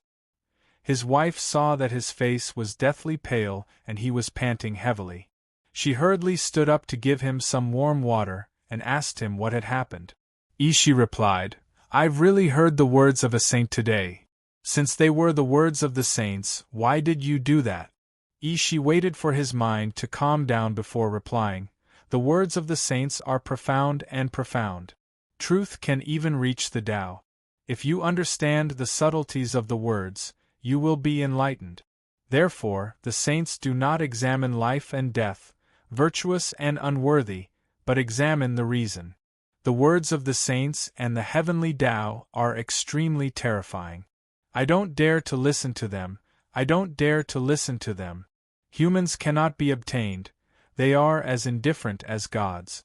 Only today did I realize, the Supreme Man has no self, the gods have no merit, and the saints have no name. These three are not humans." After Ishi left, Chen Ong said to Lao Tzu and the others, "From my observations, the people of the four major continents are good and evil. The people of the Dongxing divine continent respect heaven and earth, worship immortals and gods, and have almost no self. Although they are pure, they are like trees that will rot in the wind and rain. The people of the northern Jilu continent fight for their lives with heaven and earth. For the sake of survival, they are clumsy and indifferent, and they learn from the Dharma like beasts. The people of the Aparagodania continent are apathetic and content with the status quo. They are like puppets of immortals and Buddhas, livestock reared in captivity. Only the people of the South Zhan continent value themselves. They are fickle and flexible. They pursue the development of the Tao and are not obsessed with immortals and Buddhas. It is a world of great competition and a land of humanity. As the saying goes, the heavenly Tao is contested. Do not intrude on it. The morals of the other continents are the morals of the immortals and Buddhas. They seem to be enlightened by the immortals, but in reality they are imprisoned. The slightest change will be strangled by divine punishment. Only the South Zhan continent is the land of humanity. Morals are born from wisdom, and they develop and adapt to the changes of heaven and earth. I pity the people of the Aparagodania continent. Their social status is fixed, and humanity cannot develop. They are reared by the spiritual mountain and are no longer human. They are truly pitiful. The Buddhas use the pure land of ultimate bliss to bewitch people. They are obsessed with the spirit and break away from the material world. Wolves and tigers are friendly with elks. Living beings do not fight and live in peace. They seem to be free, but in reality they are sinking. I have the great Tao of freedom, and I can liberate all living beings." The Monkey King kowtowed and said, "Patriarch, how can we save all living beings? We must make all living beings value themselves. Wolves and tigers are greedy and the officials are cruel. There are many people who are greedy and angry. Like a plate of flowing water, conflicts arise everywhere. Natural selection, competition, enjoyment, desire, and freedom. Everyone is free and will not be restrained by immortals and Buddhas. Then, let it develop naturally and improve continuously. With the goal of the great harmony of the world, immortals and Buddhas can only enlighten and not confuse people forcefully. The spiritual mountain in the West restricts people's desires. It is a great evil. I want to spread the teachings to the Western paradise and promote the Tao of freedom of desire. However, the spiritual mountain is stubborn, the Buddhas are foolish, and the Buddhas in the great Thunderclap monastery are numb. They are greedy and superstitious. They are the cancer of the world and the burden of evolution." The Monkey King said, "Master, what do you want?" Chapter 836. Above the heaven courtyard, the great and benevolent Jade Emperor Great Heavenly Venerable Xian Qiong Gao Di was sitting in the Spirit of Heaven Hall of the Golden Gate Cloud Palace. He was summoning his ministers to discuss the good and evil of the mortal world and the weather of the day. Suddenly, the spirit officer Yuyi who came to report was hit by the purple gas in the lower realm and fell down from the cloud. He asked in surprise, "Why is there purple gas in the mortal world and it's blocking the path of the celestials?" Clairvoyant, clairaudient, go to the southern heavenly gate and take a look. Before the two generals could move, Tai-Bai Jinxing came out and reported, "Your Majesty, don't worry, I know about this. This is Lao Jun Taishang from the Tushita Palace of Lihan Heaven outside of the 33 heavens. He reincarnated yesterday to teach the people. His cultivation was perfect and he went to the west to become a Buddha. When a saint travels, there will be purple gas following him. It can travel for 30,000 miles, which is why it can crash into the heavenly palace." The Jade Emperor said, "I see. But I saw that the purple gas is divided into two, in the shape of a dragon and a tiger, which is strange." He then ordered Clairaudient and Clairaudient to check again. After a while, the two generals reported, "I was ordered to check where Lao Jun went to the west. He has already reached the boundary of the Central Earth Sex Zhongu Pass. I saw Lao Jun riding on a bull carriage, and there was a young saint traveling side by side with him. He was on the right side of Lao Jun, and the purple gas from the east followed him for 30,000 miles, in the shape of a dragon and a tiger. I just don't know the saint's background." The Jade Emperor was surprised. "Oh? Is there such a rare thing? Two saints traveling to the west to teach the people, it is a good thing for the three realms. Do you know the background of the young saint?" The three great emperors and the four meritorious officials all stuck their ears out. The four heavenly masters looked to their left and right. The 5 senses emperor and the 4 great marshals had a blank look on their faces. The 5 stars lords, 6 stars lord and 6 stars lord looked at each other. The 9 luminaries, 28 constellations, only shook their heads. It was still Tai-Bai Jinxing who came out of the ranks and reported, "I've heard of that young saint. To be able to sit on the right side of Lao Jun and dressed as a young man, he must be the incarnation of the immeasurable heavenly Lord for blessings, the immeasurable heavenly Lord for deliverance, the immeasurable heavenly Lord for merit, the immeasurable heavenly Lord for Guang Fa, the immeasurable heavenly Lord for 10 directions, and the immeasurable heavenly Lord for Dara. The immeasurable heavenly Lord has yet to appear in this world. It must have been the Elder Lord's descent that alarmed him. His incarnation descended from the heavens and traveled west with him." The Jade Emperor bestowed benevolence and said, "Since you are the master of Beyond Heaven sect, you have great merit and virtue, so there is nothing to be concerned about." Tai-Bai Jinxing wanted to say something more. However, the Jade Emperor lowered his eyes and opened his mouth, but no sound came out. He could only sigh in his heart and returned to the ranks of the officials. In Hangu Pass, Inshi welcomed the 2 sages into his official residence. Other than dealing with official business, he would listen to the Elder Lord's lectures day and night. However, he was afraid of Chen Ong and did not dare to ask for guidance. Other than listening to the 2 sages' Dao discussion, he had never asked Chen Ong alone. He was the Hangu Pass commander. The Elder Lord still needed his permission to travel to the west. He asked for guidance in such a manner, but he invited Chen Ong to stay. Although Lao Dan was suspected of forcing him to stay, he was well-mannered and would greet Chen Ong in the morning and evening. During this month, Chen Ong was quite free, so he often taught the Monkey King. He talked to the Monkey King about the emptiness of Buddhism, the wonders of psyche and consciousness, the 3 wonderful truths, the 6 roots and the 9 consciousnesses, starting from the consciousness.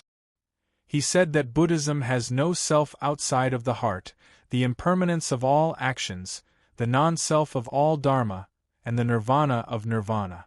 He also talked about the wonders of the origin. The 12 causes were the process of the consciousness being born from nothingness. He also talked about the Tao giving birth to one, one giving birth to two 2 giving birth to 3, 3 giving birth to all things, and 1 Qi transforming into heaven and earth. He also taught the 3 graves and 5 classics, 8 ropes and 9 hills, Lianshan, Guizhong, and Zhouyi. When he was free, he also taught the Monkey King how to burn fire, refine pills, make magic tools, and practice Qi. Every day after he closed the door, he taught the natural philosophy that dominated all the sciences. The monkey was very jumpy, so it was the most painful when he was teaching mathematics. Chunong gave him exercises for him to practice. However, when it came to functional equations, the Monkey King was in so much pain that he wanted to die. When it came to algebraic geometry, the Monkey King almost played truant. One day, the Monkey King returned from herding cows outside the pass. Suddenly, he was spotted by Chunong and was summoned to him. He asked, "Monkey King, take out the homework that I left for you yesterday." The Monkey King stammered, "Master, this disciple did not finish his homework last night. Today, when I was herding the cows, I was so tired that I fell asleep on the back of the cow." Suddenly, a gust of wind blew and disciple's homework was blown away. Chunong laughed coldly and counted with his fingers. Not long after, he opened his eyes and glanced at the Monkey King. "I already know who that wind is. The Hanggu Pass has always been an important pass since ancient times. Qin Zhu was the emperor of the Zhou dynasty, and before he became a strong country, the war hounds invaded the central plains many times. But they were all defeated at the Hanggu Pass, and their bones fell into the valley, causing poisonous bugs to breed. There is a millipede below the pass. It is nourished by the rotting flesh of the dead, and after a long time, it became a demon. It calls itself the Millipede General, and every day, it would stir up a gust of wind and travel between the Great Mountain Pass and the Hanggu Pass, looking for people to kill and eat. The wind that you saw when you were herding the cows today was caused by him, and he wants to confuse the eyes of the passing merchants, causing them to lose their footing and fall into the valley. Chunong only waited for dusk before he stood up and went to the top of the Hanggu Pass to observe the scenery outside. After a short while, a gust of demonic wind blew towards the Hanggu Pass. Chunong opened his hand and activated his Yuan Qi between his fingers, causing the Yuan Qi to transform into a ray of light. A red ray of light that was as thin as a finger flashed through the demonic wind, and a millipede that was as thick as a person's arms fell from the sky. The Monkey King who was at the side took a closer look and saw that the millipede had been split in half from head to toe. Its limbs were still moving, but it was already dead. Chunong raised his hand and pulled a yellow book over from the demonic wind. He opened it and saw that there was not a single word on it. He then laughed coldly and ordered the Monkey King to roll over. The monkey was trembling and was at a loss of what to do. He knelt in front of Chunong and said, "Master, Master, I was wrong. I was wrong. Please forgive me, forgive me." Chunong only said, "Since you don't want to learn, then forget it. You are already fully fledged, and have learned many supernatural powers and spells. What I will teach you next will be limit, calculus, space analytic geometry, linear algebra, series, ordinary differential equations. If you don't understand these, you won't be able to learn fluid mechanics, advanced physics, space physics, high-energy physics, quantum physics, and advanced chemistry. This is all I can teach you. You can go now." After saying that, he waved his sleeves and turned to leave. The Monkey King hurriedly hugged his legs and said with tears in his eyes, "Master, where do you want me to go?" His voice was like the cry of an ape choking with sobs. The green ox also came over and bit Chunong's sleeve, nodding his head to plead for mercy. Chunong only said, "Cultivating what I have learned, those who don't understand mathematics are like making porcelain but can't overheat it. It looks good, but it's actually just an embryo. Your monkey's personality is erratic and it's hard for you to become a great person. When you worshipped me, you only wanted to learn the art of immortality. Even if you cultivate this mathematics, you won't be able to live forever. Now that you have obtained immortality, What's the use of keeping you alive? Go. Don't bother me. The Monkey King only kowtowed. I was wrong. Patriarch, I was wrong. Chapter 837. On the other hand, Ishi received a message from his subordinates and went up to take a look. He saw a millipede that was tens of feet long and had been split in half from head to tail. It lay limply on the ground outside Hangu Pass. He hurriedly ordered people to carry it in. When he got closer, he smelled a fishy odor and realized that the demon's body was poisonous. Although millipedes were non-poisonous insects, they had eaten a lot of human flesh in the deep valleys and carried corpse poison on their bodies. Ishi ordered people to carry the demon's body away and burn it. He said to his subordinates, I've known about this thousand-legged demon's mischief in the past. It used its demonic wind to blow passing merchants into the valleys to feed on it. However, this demon was very powerful and I couldn't do anything to it. I pretended not to know. Unexpectedly, it offended the saints and was killed. The 2 saints in this residence are my honored guests. You must treat them with care. If you dare to neglect them, I have my ways to deal with them. His subordinates solemnly replied. Ishi was about to go back and pay his respects to Laozi when he saw the Monkey King kneeling outside Chen Ang's room in a daze. He had asked his subordinates and found out some things. However, this was an internal matter of the saints. How could he interfere? He didn't make a sound and greeted Laozi outside the door. After receiving permission, he entered the house. When the Saint of Tao Virtue saw him, he said to him, I'm going west and won't be able to stay in Hangu Pass for long. I called you in because I want to bid farewell and leave. Do you agree? Ishi kowtowed. How can I question the saint when he's going out? Please come with me. I will resign and leave with the saint. He then asked the saint about his trip to the west. Laozi mentioned the matter of becoming a Hu. Ishi pleaded, Why did the saint teach the Hu people and forget about Yanhuang?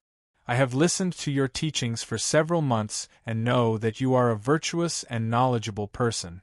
Yanhuang has been taught by the saints since ancient times, such as Beichen, which is why there are so many outstanding people and civilization. Now that the saint is going west, I dare not disobey. Please leave behind a book to teach the future generations. Laozi pondered for a moment before smiling. It's a meaningless matter, why should I force it? Fine.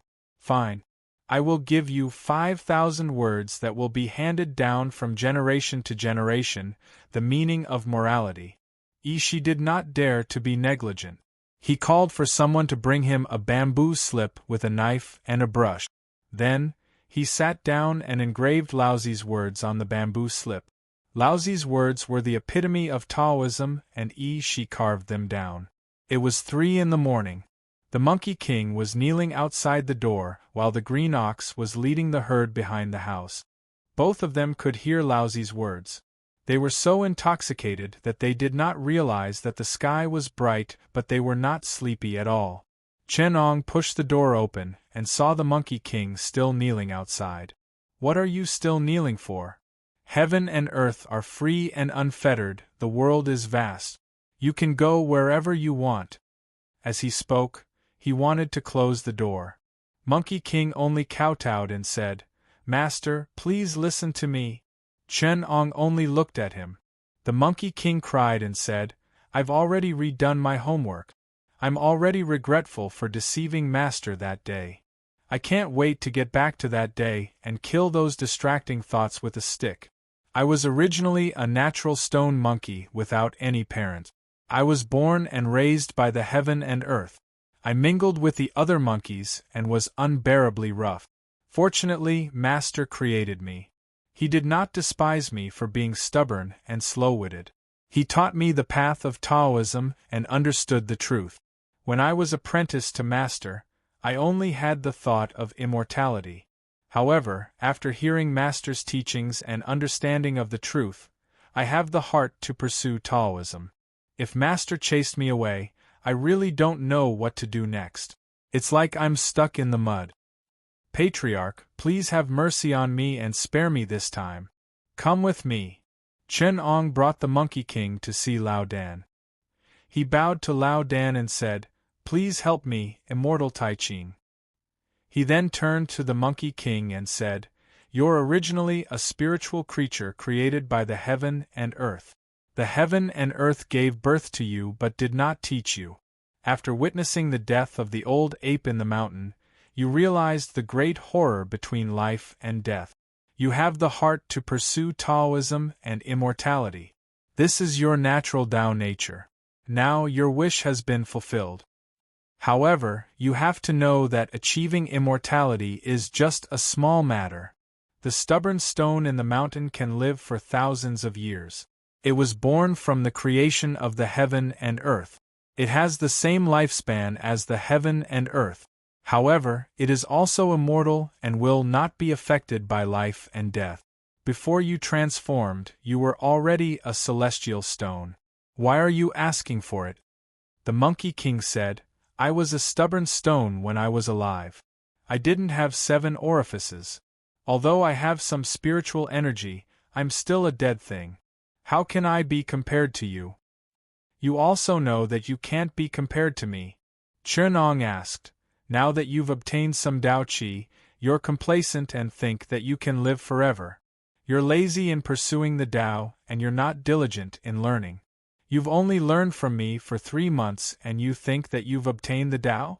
In our eyes, what difference are you from a dead thing? If you only want to live a long life and then mix with beasts and indulge in the pleasures of beasts, you're just an immortal monkey. Isn't an immortal monkey a monkey?" Monkey King, perfected Tai Ching gave you a surname. I didn't name you because I wanted you to be a macaque again. However, I knew that with such a name, you would be able to transcend your race and see your true self.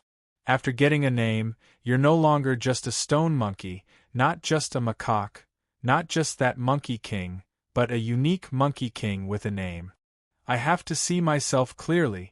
I have to know where I came from, what I am, and where I'm going. Breaking a stubborn stone to see the Monkey King. Isn't this world another stubborn stone? You're not willing to learn from me, saying that you have a jumpy personality and can't stand being restrained. However, in my opinion, aren't you lazy? The thought of longevity is not the thought of the Tao. Cultivating the Tao is not to train yourself to become a 1,000-year-old tortoise or a stubborn stone that lives as long as the heavens. Instead, you have the will to move forward and continuously evolve. Listen to me when I talk about natural selection, survival of the fittest, and the development of humanity. Don't you understand the principle of constantly striving to improve and advance? Gods and Buddhas advise people to do good. Could it be that their nature is bad? Why do I say that it's rotten? It's because it doesn't seek development and doesn't persuade people to move forward. Instead, it tells people to stop, endure, and not change. It wants to enjoy bliss after death. Good and evil will be repaid. As a result, everyone only seeks bliss. They can't see what's in front of them and don't work hard to move forward. The Monkey King was shocked. Chen Ong transformed the void and casually opened up a chaos. A spot of formless chaos floated in front of Chen Ong and was fixed by Chen Ong. The perfected Tai Ching smiled and said, "So you want to imitate my creation of the world." He slashed with his hand and separated the chaos that Chen Ong had fixed. Since there was yin and yang, the clear and turbid qi intertwined.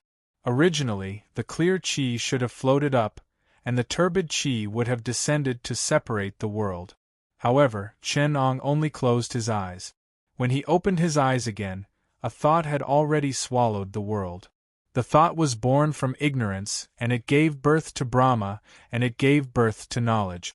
From knowledge, it gave birth to names and colors. At that moment, the world had already been divided. The various mental activities of the thought were like thinking, and if not thinking, it was the colorless realm. When it saw the appearance, it gave birth to the colorless realm. Finally, the 6 senses of the eyes, ears, mouth, and nose were born, and the desire realm was born.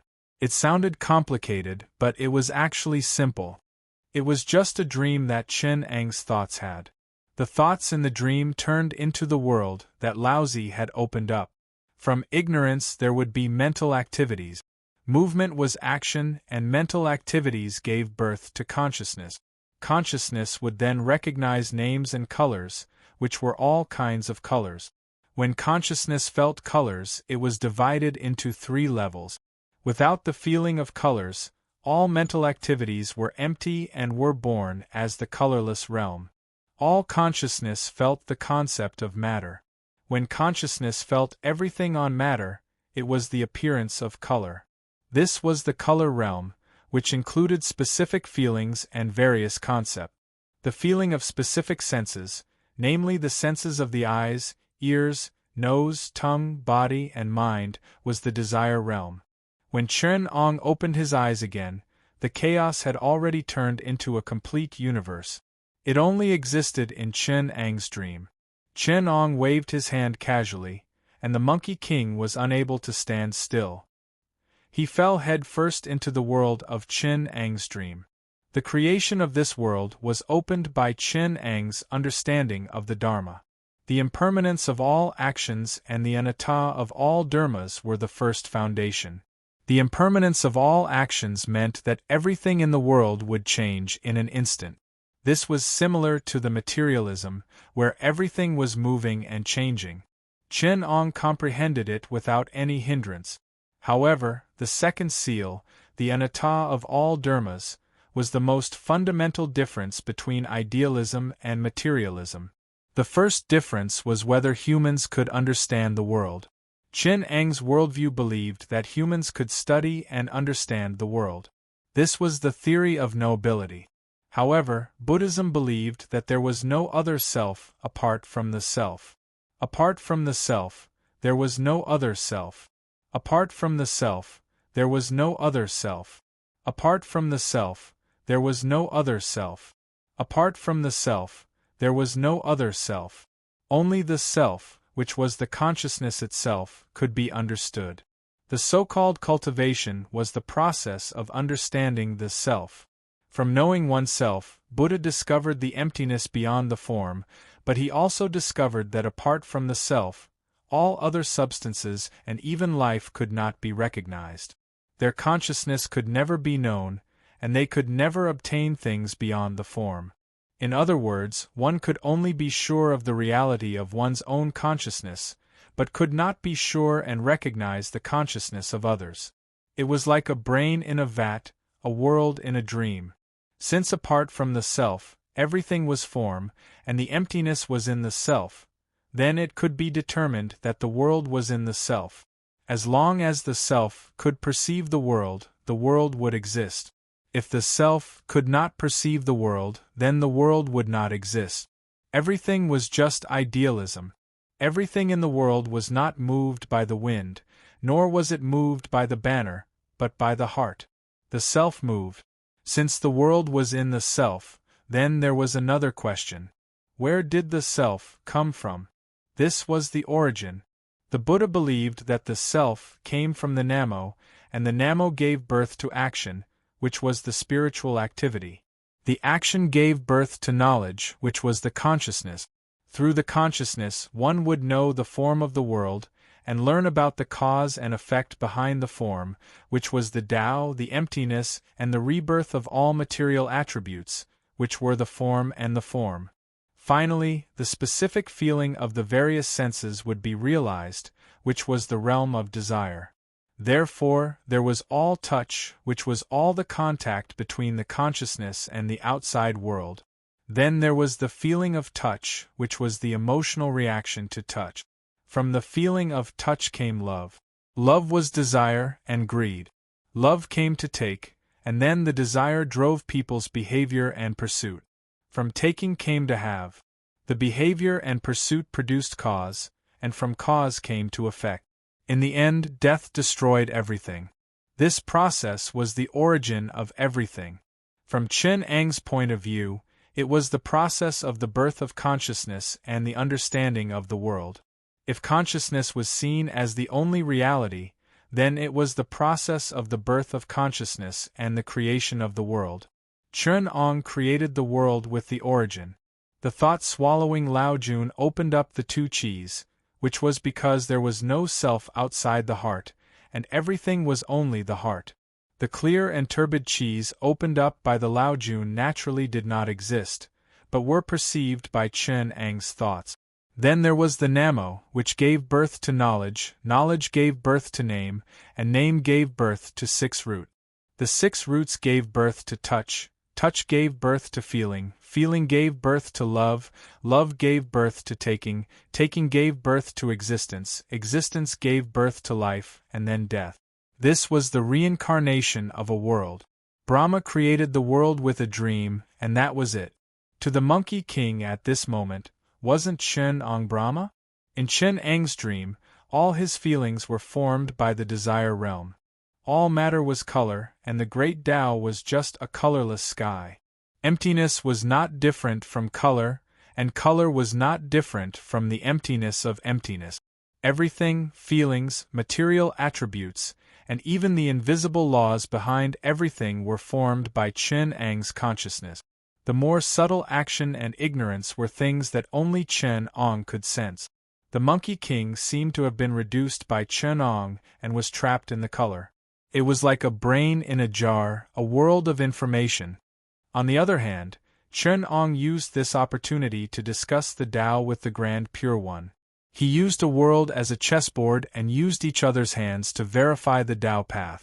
The two of them worked together to evolve the world and verify what they had learned.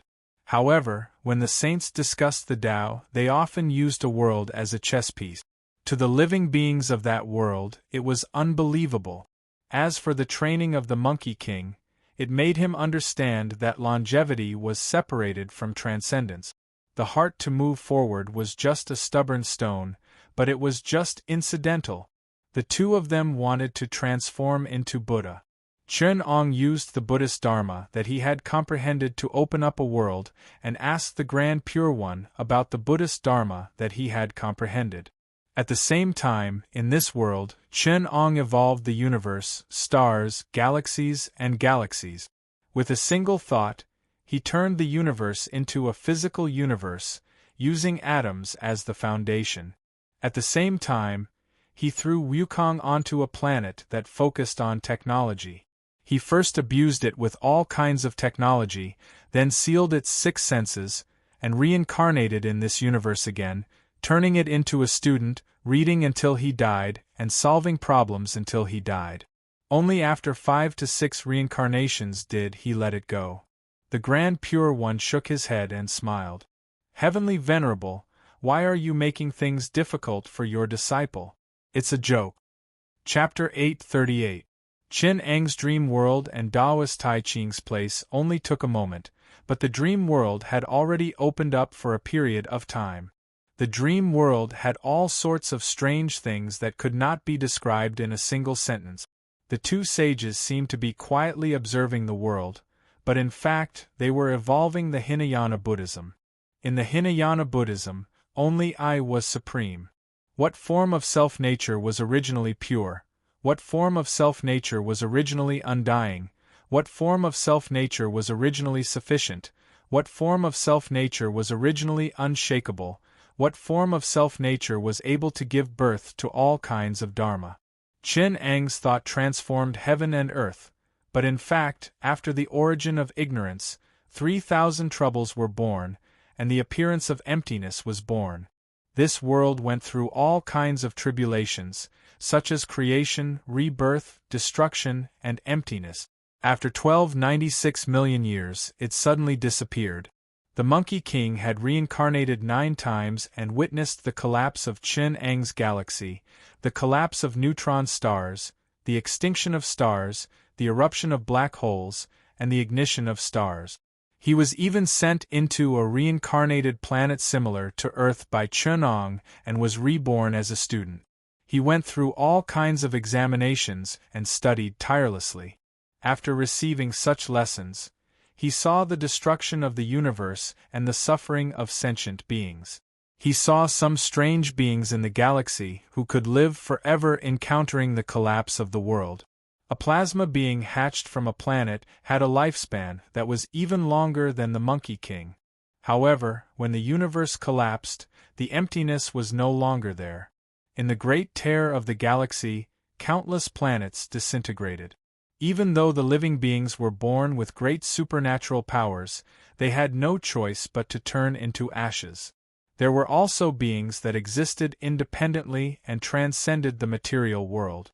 They were like divinity, pure spiritual beings with infinite wisdom.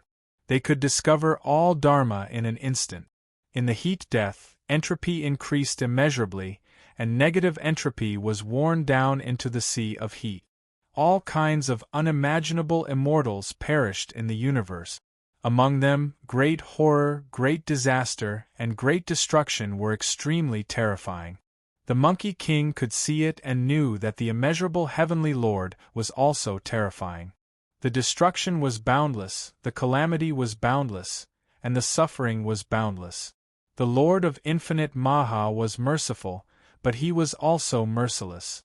Then, the world of desire collapsed, the six senses of the eyes, ears, nose, tongue, body, and mind were destroyed. The six senses of the Monkey King were destroyed. His eyes could no longer see color, ears could no longer hear sound, sound waves and light were all meaningless. The attributes of matter and color collapsed, and there were no longer length, width, and space attribute.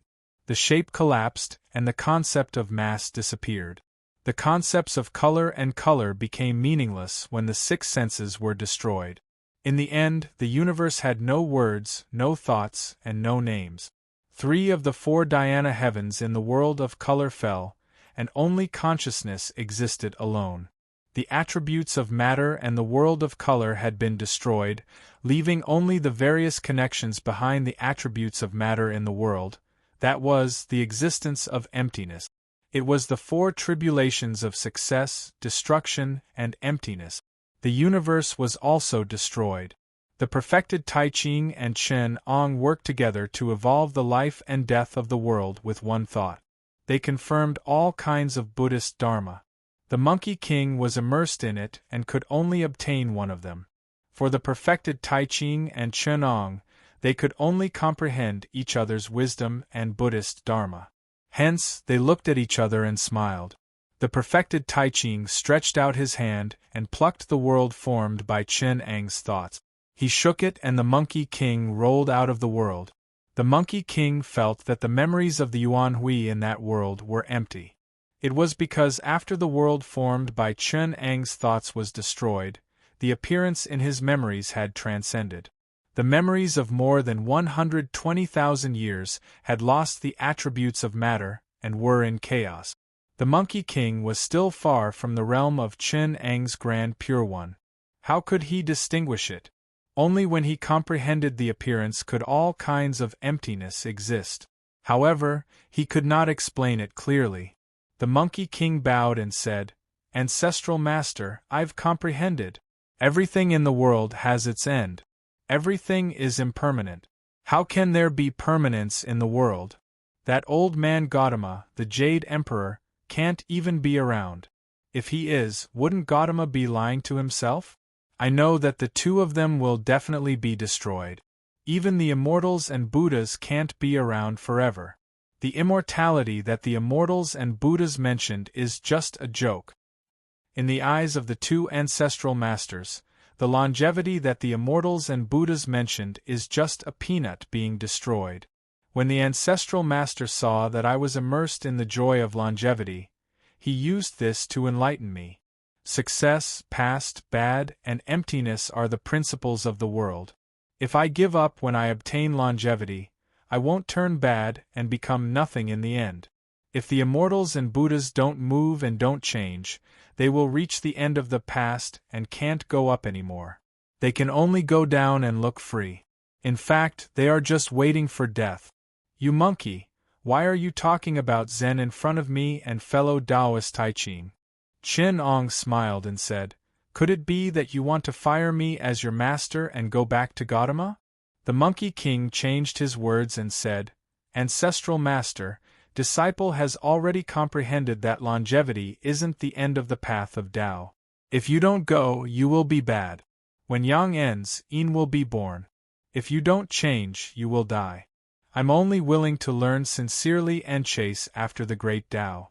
I won't be a monkey that stops to enjoy life. That's great. Chen Ong caressed the Monkey King's head and said, I only hope that you will continue to learn and improve. Don't let down the name that I've given you, don't break a stubborn stone, don't be a Monkey King. You must know that although emptiness exists, you can't comprehend it. If you don't comprehend it, you can only improve. If you comprehend it, you will have nowhere to go and can only be destroyed. The pursuit of Tao is endless. If you don't move forward, you will fall behind. The Monkey King then greeted Lao Dan and performed a half-disciple's greeting. Lao Dan nodded and smiled. He pointed his right hand in the air and said, Chen Daoyu was born without a name. His thoughts gave birth to the world and evolved into Brahma. He talked about Hinayana Buddhism with me. However, apart from Hinayana Buddhism, there is also Mahayana Buddhism, which has its own style. I'm going to talk about it with Chen Daoyu. The Monkey King suddenly had an idea. He pleaded, Ancestral Master, the Green Bull also did some hard work to carry the carriage. Can you come and listen to it? The Saint of Tao smiled and said, It's all right. The Monkey King then ran out and called out to the Green Bull, Brother, don't tell me that I've forgotten about you. I've asked for a favor from the two ancestral masters. I'll allow you to go in and listen to the talk. You don't have to listen at the back of the house anymore. The Green Bull turned his head and transformed into a burly man. He said, I'm indebted to you, brother. I've made a lot of contributions under my master. Now I can enter the house. Suddenly, he said, You don't have to hurry. Go and invite that official here. He's my master's disciple. It's not good for me to offend him. If I let him go this time, I'm afraid that it won't look good when we meet in the future. The Monkey King scratched his head and asked, The two ancestral masters only allowed you to go in and listen to the talk. They didn't mention anyone else. This is putting me in a difficult position. The burly man that the Green Bull transformed into said, You don't have any face in front of my master. If I go and invite him, he won't be in a difficult position. However, if I go and invite him, he won't be able to recognize me. However, after pondering for a while, the Green Bull said, There's no need to invite him. He's a person with cultivation. He's already here. Chapter 839. When the saint started his lecture, the atmosphere was extraordinary and all the deities heard about it. There was a day when the night-wandering deity leaked the news and the two celestial generals, Qianli Yen and Zhenfeng Er, secretly told him that in the guest house at Hanggu Pass, ordinary people could only see that the door was tightly shut and there was no one around. However, with the discerning eyes of the saint, he could see celestial light everywhere, auspicious clouds gathering and all kinds of wonderful phenomena. It was unbelievable. About 10 immortals hovered in the sky, while the 6 guards and 6 armor generals stood at the 4 corners of the guest house, guarding the door, while the 4 merit officers guarded the windows. The vigorous ghost king of the heavenly palace came late and saw that the 4 immortals had surrounded the small guest house. He slapped his thigh and shouted, That god of night is so ignorant. I gave him 10 years of incense just to let me know when the saint is creating scriptures so that I can take advantage of it. How dare he trick me? He then scolded, Old Lord, descending to the world and becoming a saint is such a great job. These 6 generals are greedy for merit and did not get the imperial edict. They used the excuse of protecting the saint. Who doesn't know that old Lord Li's Green Bull is brave and would not hesitate to kill 100 of them? Why would he need them to protect him? He also scolded the 4th duty meritorious official for being lazy when he was performing his duties, using his position as an excuse to get some benefits, but it came quickly. The various immortals in the heavens did not care about their skin. Even those without official duties dared to come and listen to the lecture in secret. As he scolded and scolded, He saw the auspicious clouds in the sky were steady, the divine generals did not move in all four directions, pretending not to hear his scolding, nobody left in shame, giving up their position for him. Before the celestial beings could leave, a thin black dog trotted over and secretly crouched at the bottom of the step. The vigorous Ghost King looked familiar. Although the four immortal generals were only here to listen to the lecture, with them here, which wild animal would dare to come and cause trouble? Even the sounds of insects stop.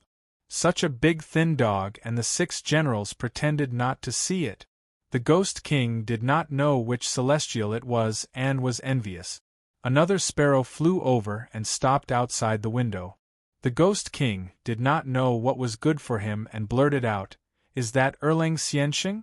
As soon as the words left his mouth, he knew something was wrong. Sure enough, the faces of the 6 deities changed. The 4 deities hid themselves. The chickadee only turned back to look at him, but it made the vigorous Ghost King sweat profusely. His legs trembled. The vigorous Ghost King thought that the 4 deities' generals would react, but they pretended not to hear him.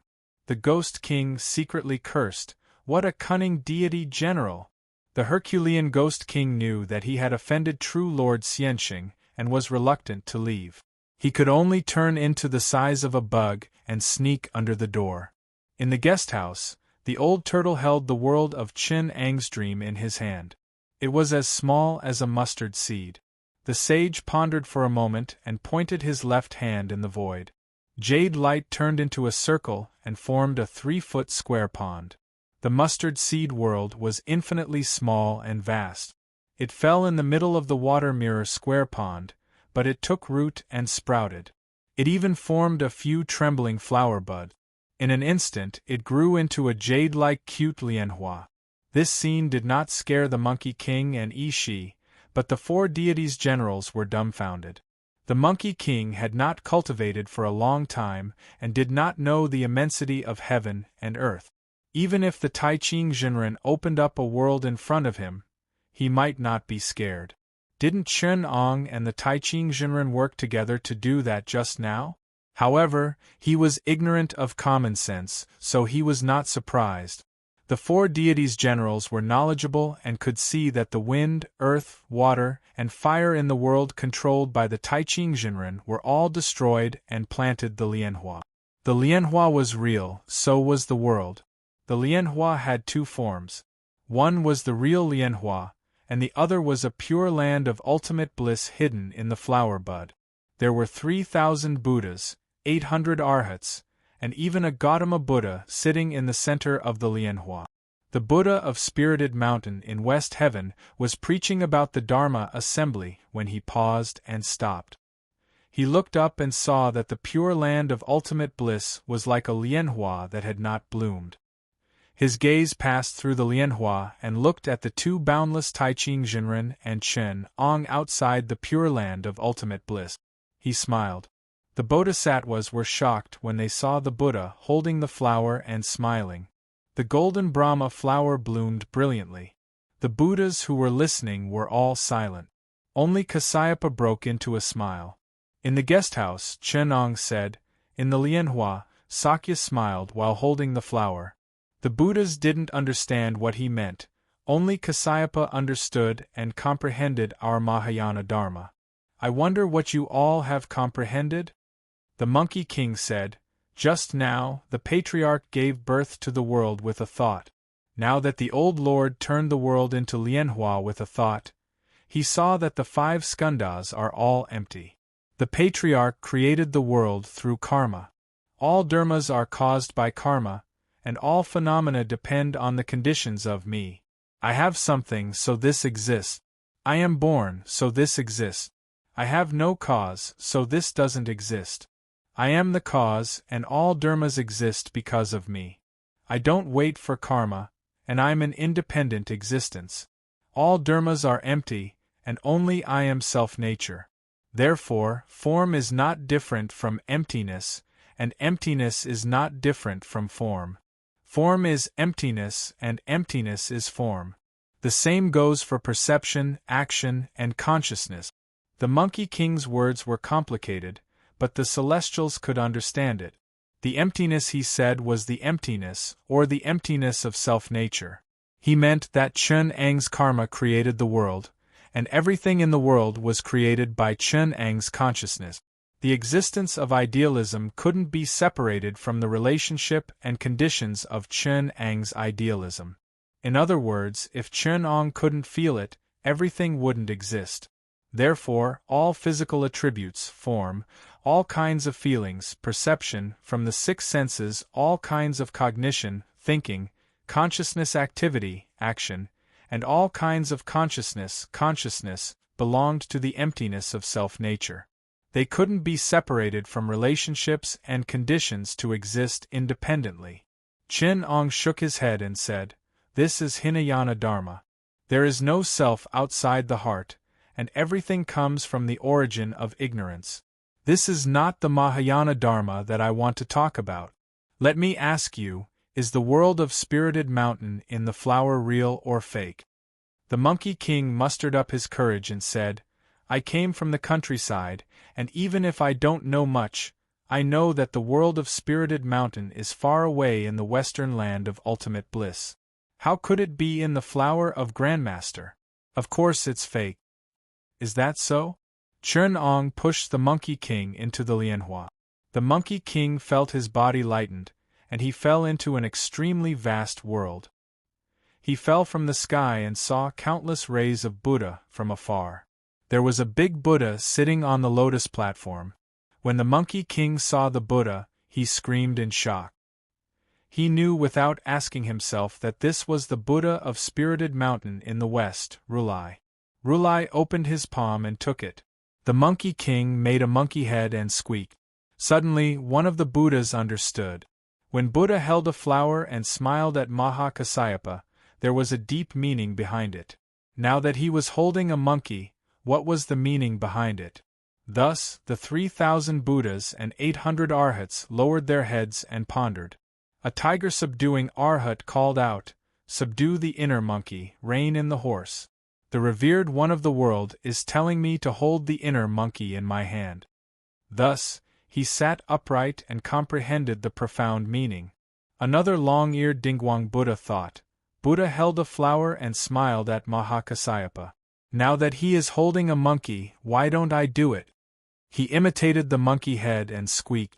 The revered one of the world held the Monkey King in his hand, and said to the Buddhas, "The old Lord is on a journey to the west, and is now discussing Tao with the sages at Hangu Pass. They are just joking with me." He then tossed the Monkey King back and said, "Tiger subduing, Dingwang does not understand the Dharma, and is making trouble without understanding. Your cultivation is not fixed, and your cultivation is regressing." In front of Rulai, the second disciple, Golden Cicada, was extremely intelligent and knew the cause and effect of the cause and effect. Seeing that the Buddha was trying to hide it, he was sly and covered his mouth and laughed. Rulai's Dharma I saw clearly and said, "Golden Cicada? Why are you smiling?" Golden Cicada was flustered and said, "Just now, the revered one of the world was picking flowers. I was born slow, and only now did I understand the correct method, that's why I laughed. Thou hast not heard of the Dharma, and have made light of my great sect, and laughed contemptuously in the hall. There is also the long-eared Dingwang Buddha, and your mouth speaks the words of a beast, the tiger-subduing Arhat, and you do not understand my meaning. Therefore, I demote the three of you to reincarnate into the eastern land." Tiger-subduing Buddha reincarnated 3 times, tiger-subduing light reincarnated 6 times, and the Golden Cicada, "Thou hast reincarnated 10 times, and without great merit, thou shalt not return." Rulai passed down the decree, and naturally, Dharma Protector Jialan dragged 3 people to carry out the decree. As for the Monkey King, after he was thrown out from the Lianhua, a look of horror appeared on his face as he exclaimed, "It's true! It was true! So that Patriarch would know that when I fell into the spiritual mountain within the flowers and was pinched in Rulai's hand, I saw everything clearly. That world within the flowers was the pure land of ultimate bliss, and the Rulai sitting in the center was also Rulai. In this Lianhua, there is a pure land of ultimate bliss hidden. Hearing what the Monkey King said, shock appeared on the face of the green bull burly man. She didn't understand, and Lu Ding, Lu Jia, and the 4 merit officers were even more shaken. The 5 directions Dingting, who were pressing down on the roof, all shouted, "Impossible!" Chapter 840. Hearing Monkey King's words, Chernong laughed. "If that's all, Monkey King, you're mistaken. Previously, I talked to you about the Dharma, about the non-self outside of the heart, about the impermanence of all actions, and about the non-self of all technique. Now I'll talk to you about the Mahayana Dharma, about the impermanence, non-self, and nirvana, because these 3 are the fundamental Tao of Buddhism. Even if it's not what Buddha said, it's still the Dharma. If it's not, even if Buddha said it himself, it would still be a false Tao. The great Tao is wonderful in all things. We can see it, but it's just 1 in a trillion. You should know that what the naked eye sees is very different from what your Dharma eyes see. Under the red, there are thousands of colors other than purple. Mortals can't see it. Above the palace sound, mortals can't hear it. Sound and appearance are the masters of the 6 senses. Buddhism says that if the world is divided into the real and the illusory, then all those with supernatural powers and mortals will be lost in the illusory world and not see the real world.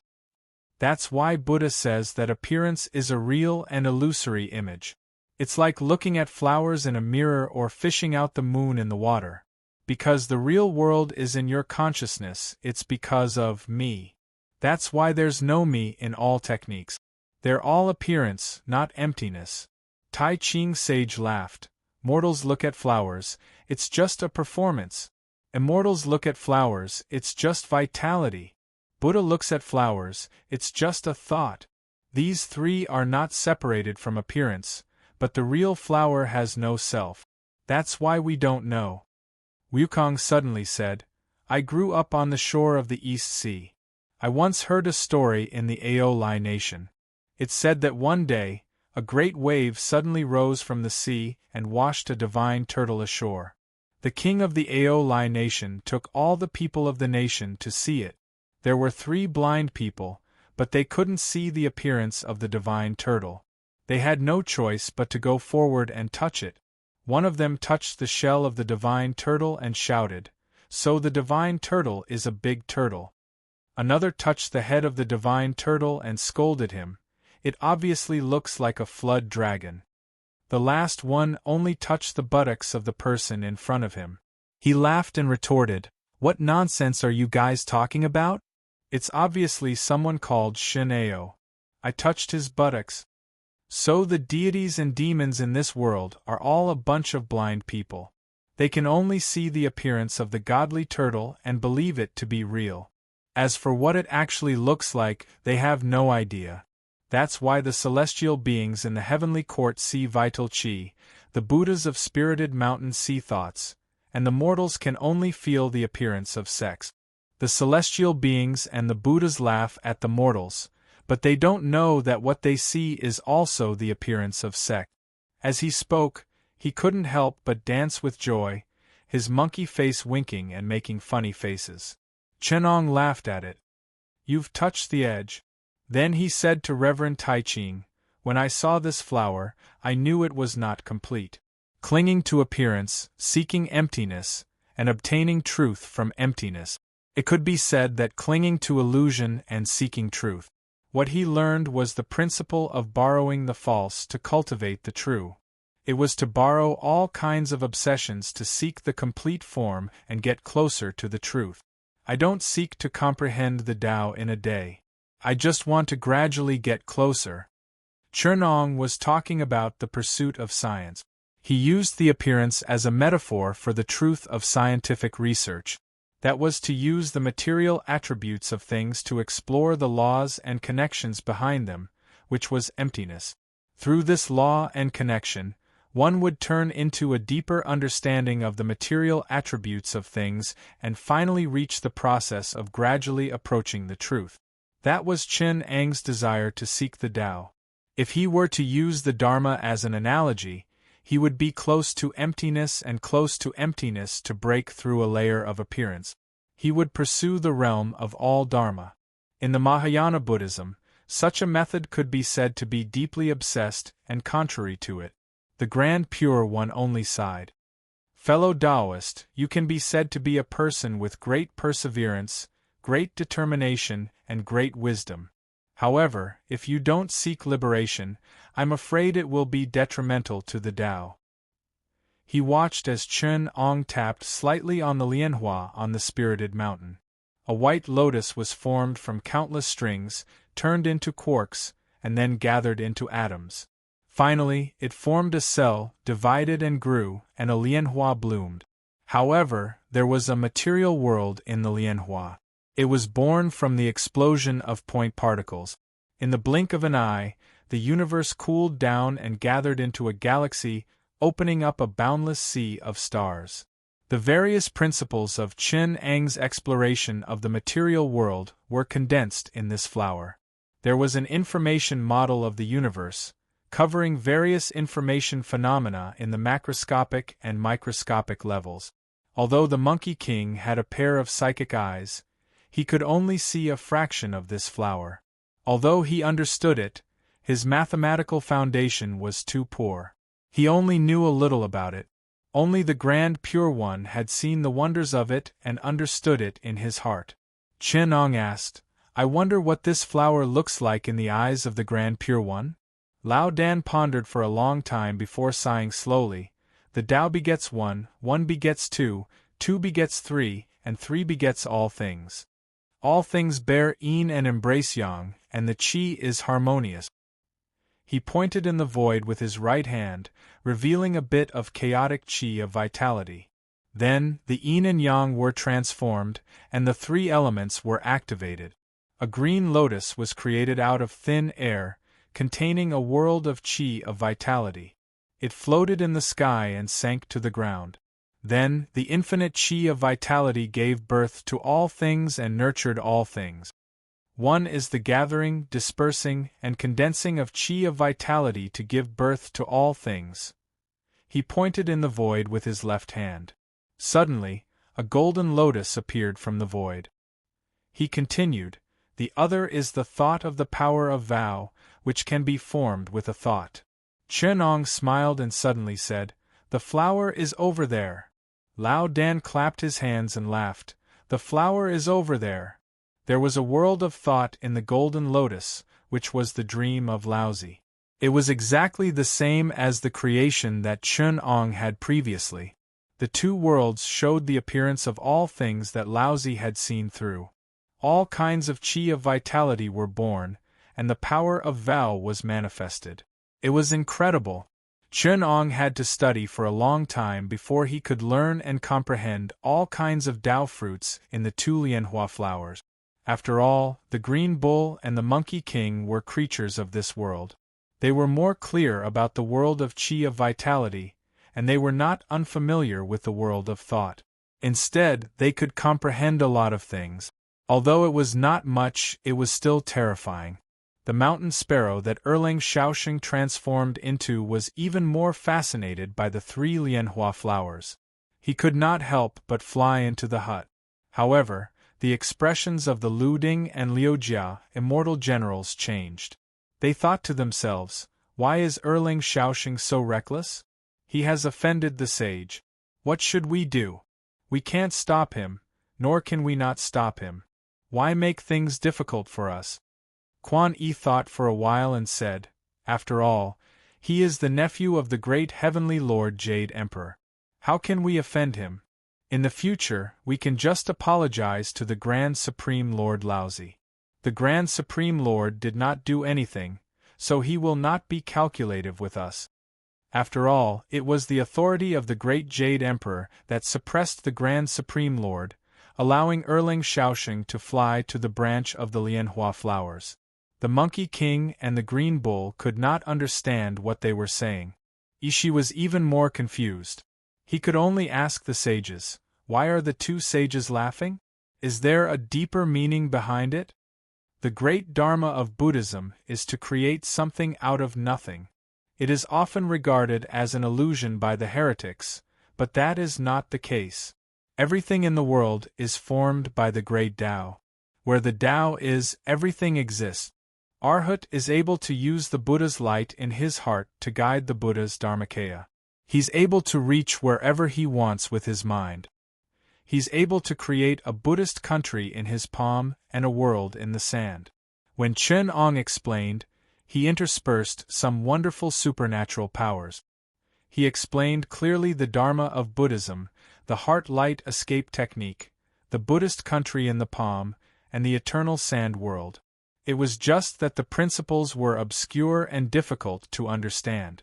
The green bull sat with the sage all day long and comprehended 30%. Erlang Shaoxing saw 3 lianhua flowers and had extraordinary wisdom. He comprehended the most but only 60%. The Monkey King's foundation was shallow after all. He was slightly weaker than the green bull and only comprehended 25%. The rest of the ordinary deities, and even she could only comprehend a fraction of the essence. They could not become supernatural powers. Chen Ong first talked about the fundamental law, and then demonstrated the 4 great divine abilities.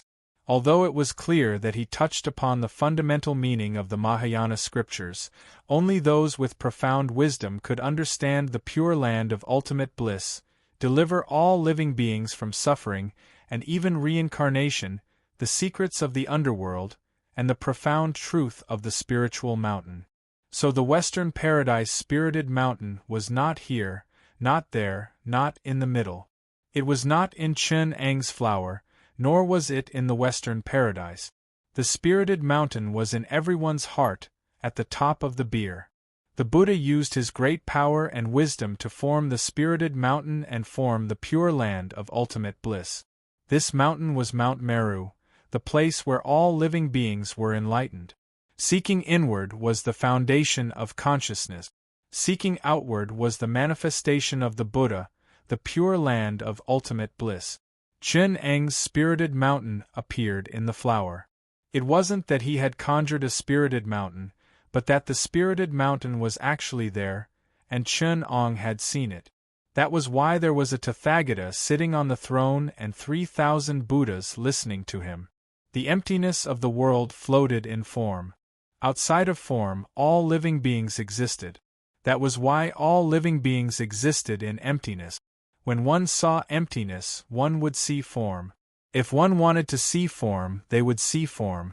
It was not Chen Ang's creation, but all living beings were there, waiting for you to discover them. Because of this flower, Chen Ong saw Lianhua here. That was why it appeared here. If Chen Ong needed it, he could see jade, bodhi, birds and beasts and even a world. This was a wish, a thought, and a creation. This was the principle of Mahayana Buddhism. If there was Buddha in one's heart, then Buddha would be at ease and could be saved. That was why Buddha was called God Buddha. If it was like the Buddhism before Mahayana, there was no self outside the heart, there was no need to seek external help. Buddha was just an enlightened being. He could not save people, nor could he teach people self-salvation.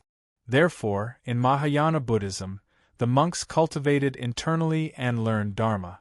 However, they asked their believers to use other people's hearts as their own and seek salvation from God Buddha. Therefore, Zen could curse Buddha and ancestors because they did not seek external help and were self-aware. However, for believers who could not be self-aware, they could only create a God Buddha and use other people's hearts as their own to seek salvation. Therefore, Chen Ong smiled and said, "The so-called pure land of ultimate bliss is but a flower in the mirror, the moon in the water. Those who cannot be self-aware seek nirvana and seek salvation through the sea of bitterness.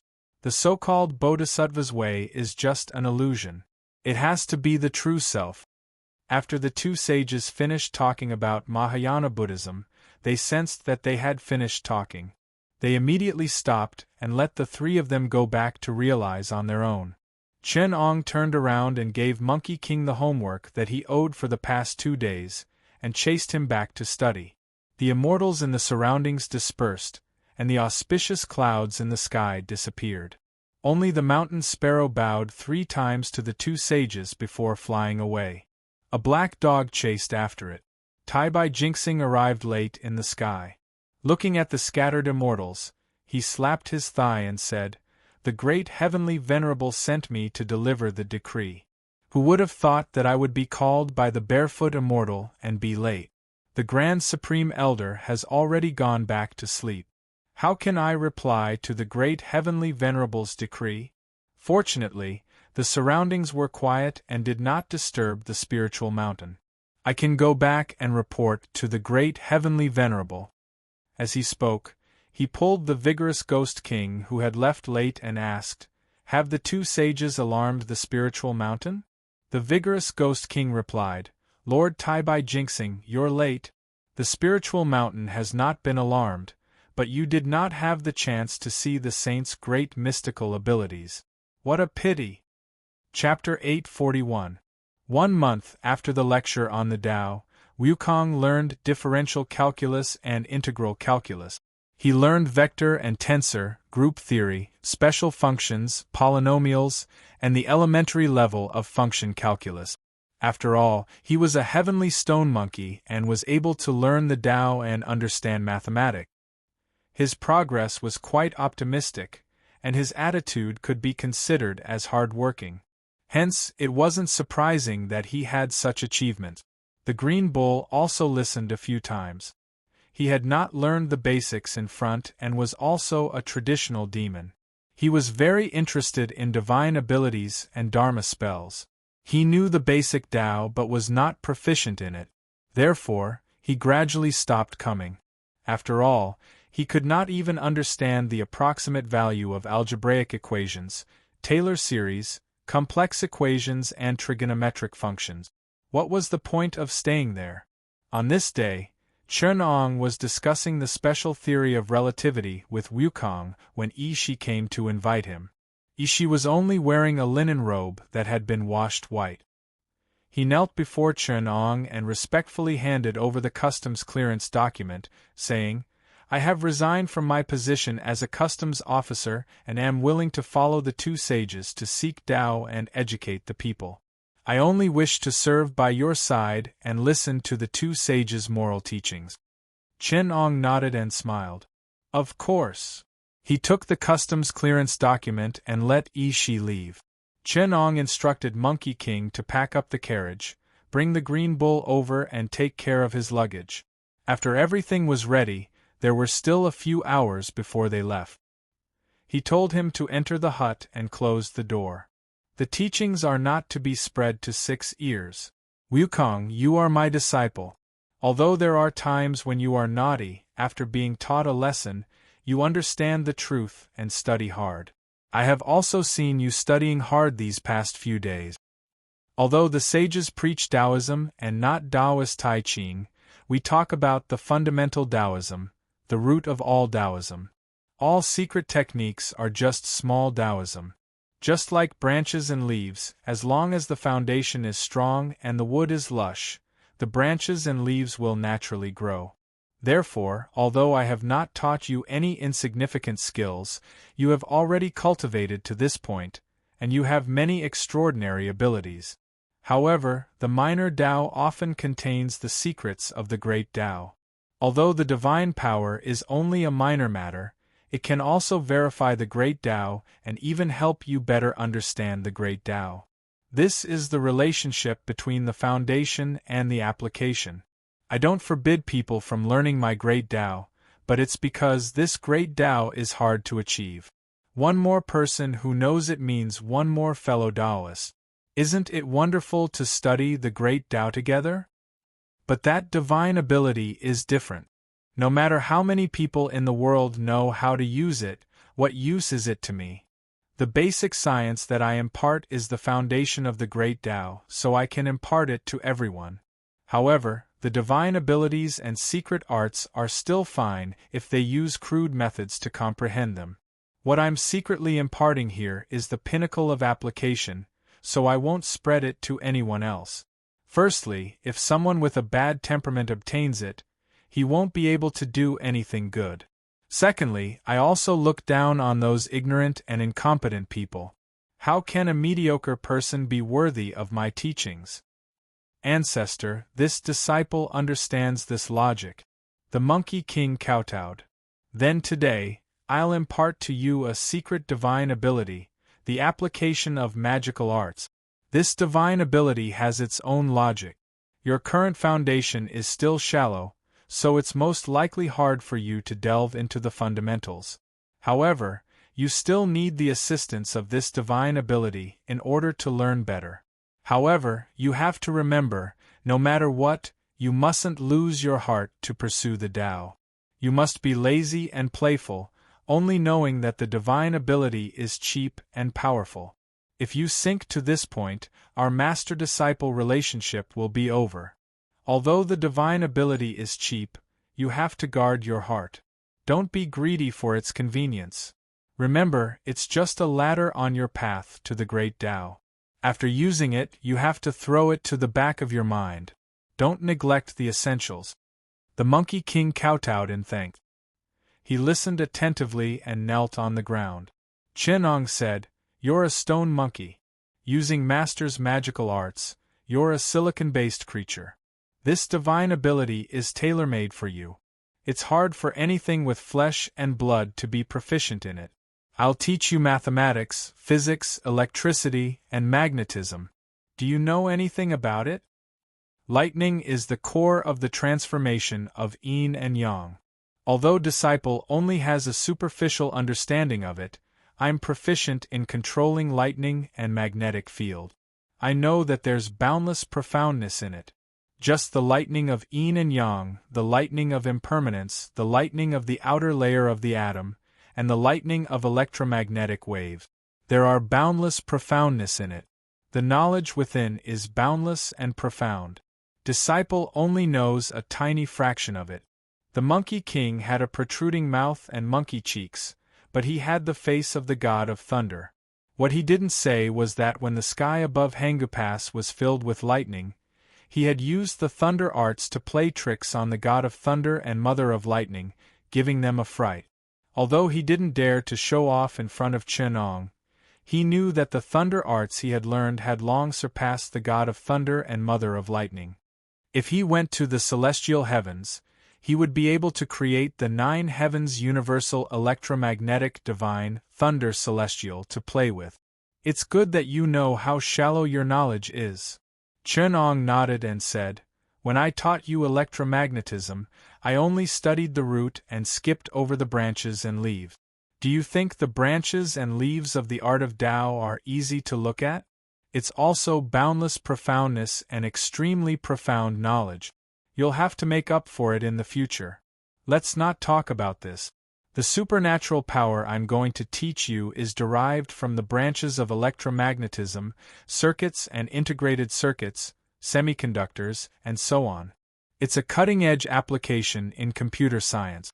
It's called the quantum primordial spirit, the golden court jade emperor god, the light quantum entanglement intelligent terminal bionic brain. It's created by me after exhausting the nature of the 2 phases of qi and light wave.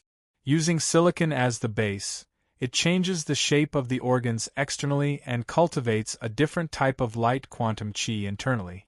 Finally, the body and spirit become one, forming the light quantum primordial spirit, the infinite light jade emperor primordial spirit. This is a great supernatural power that I've come up with, the infinite intelligence modified degenerate state indestructible Dharmakaya, imitation of the golden court god intelligent quantum organ modified body.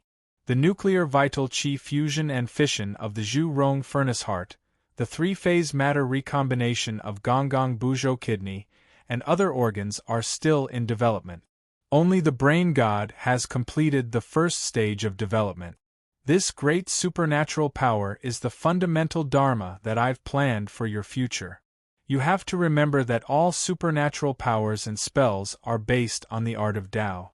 All kinds of applications must be based on the basic science that I've imparted to you these days.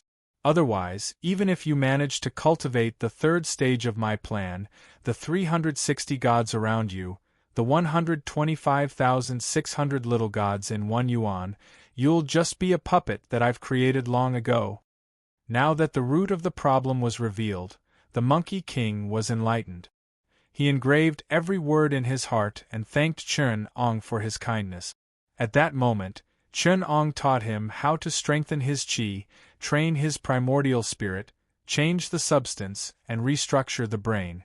Although the content was extremely profound, the steps were all complete. Even if the Monkey King didn't have a deep understanding of it, he would still be able to cultivate it step by step. However, Chun Ong warned him that there were many methods of imitating the Golden Court God quantum organ modified body. There was only the theory. As for the specific applications, he had to study them one by one. If he didn't understand the art of Tao and made a mistake, he could only blame himself for not being diligent in his studies.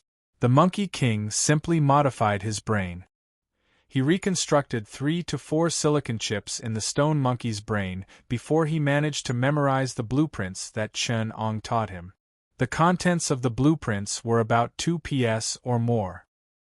He pushed open the door of the hut and saw that the ox cart was already prepared. He placed the luggage of the 2 sages at the back of the cart and invited Laozi to get on the cart. He then called Yi Shi to follow the ox cart. At this moment, the sun was already high up in the sky. Yi Shi bade farewell to his family and loyal servants. With the Monkey King leading the ox cart in front, he drove the ox cart for the 2 sages. They exited the Hanggu Pass and headed towards the land of Qin. They looked at Xianyang from afar, but at a place where they couldn't see, 3 people, 1 monkey, and 1 ox were on their way. Other than listening to the preaching of the sages and learning mathematics and physics, the Monkey King was also secretly refining his vital qi and adjusting his primordial spirit. After 2 months of hard work, the embryonic form of a brain was gradually formed in his mind. It was as clear as crystal, but it was only the outer shell. The countless photons in it were the carrier of the primordial spirit. Ever since the embryonic form was formed, his wisdom grew day by day. With a single thought, he could see the world, the birth and death of vital qi. The mathematical functions that were difficult to learn in the past also became easy to learn. However, his human nature gradually disappeared and his monkey nature withered. Only his stone heart that was as cold as a god became more and more clear. The green ox watched as Wukong walked, sat, and lay down. His human nature gradually disappeared, and his past carefree temperament was no longer there. Every move he made had infinite profoundness. They were originally like-minded people, but they gradually drifted apart. The green ox was extremely terrified.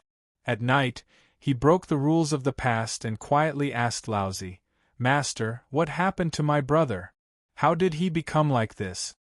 Laozi shook his head and said, "It's not my place to talk to you about other people's matters.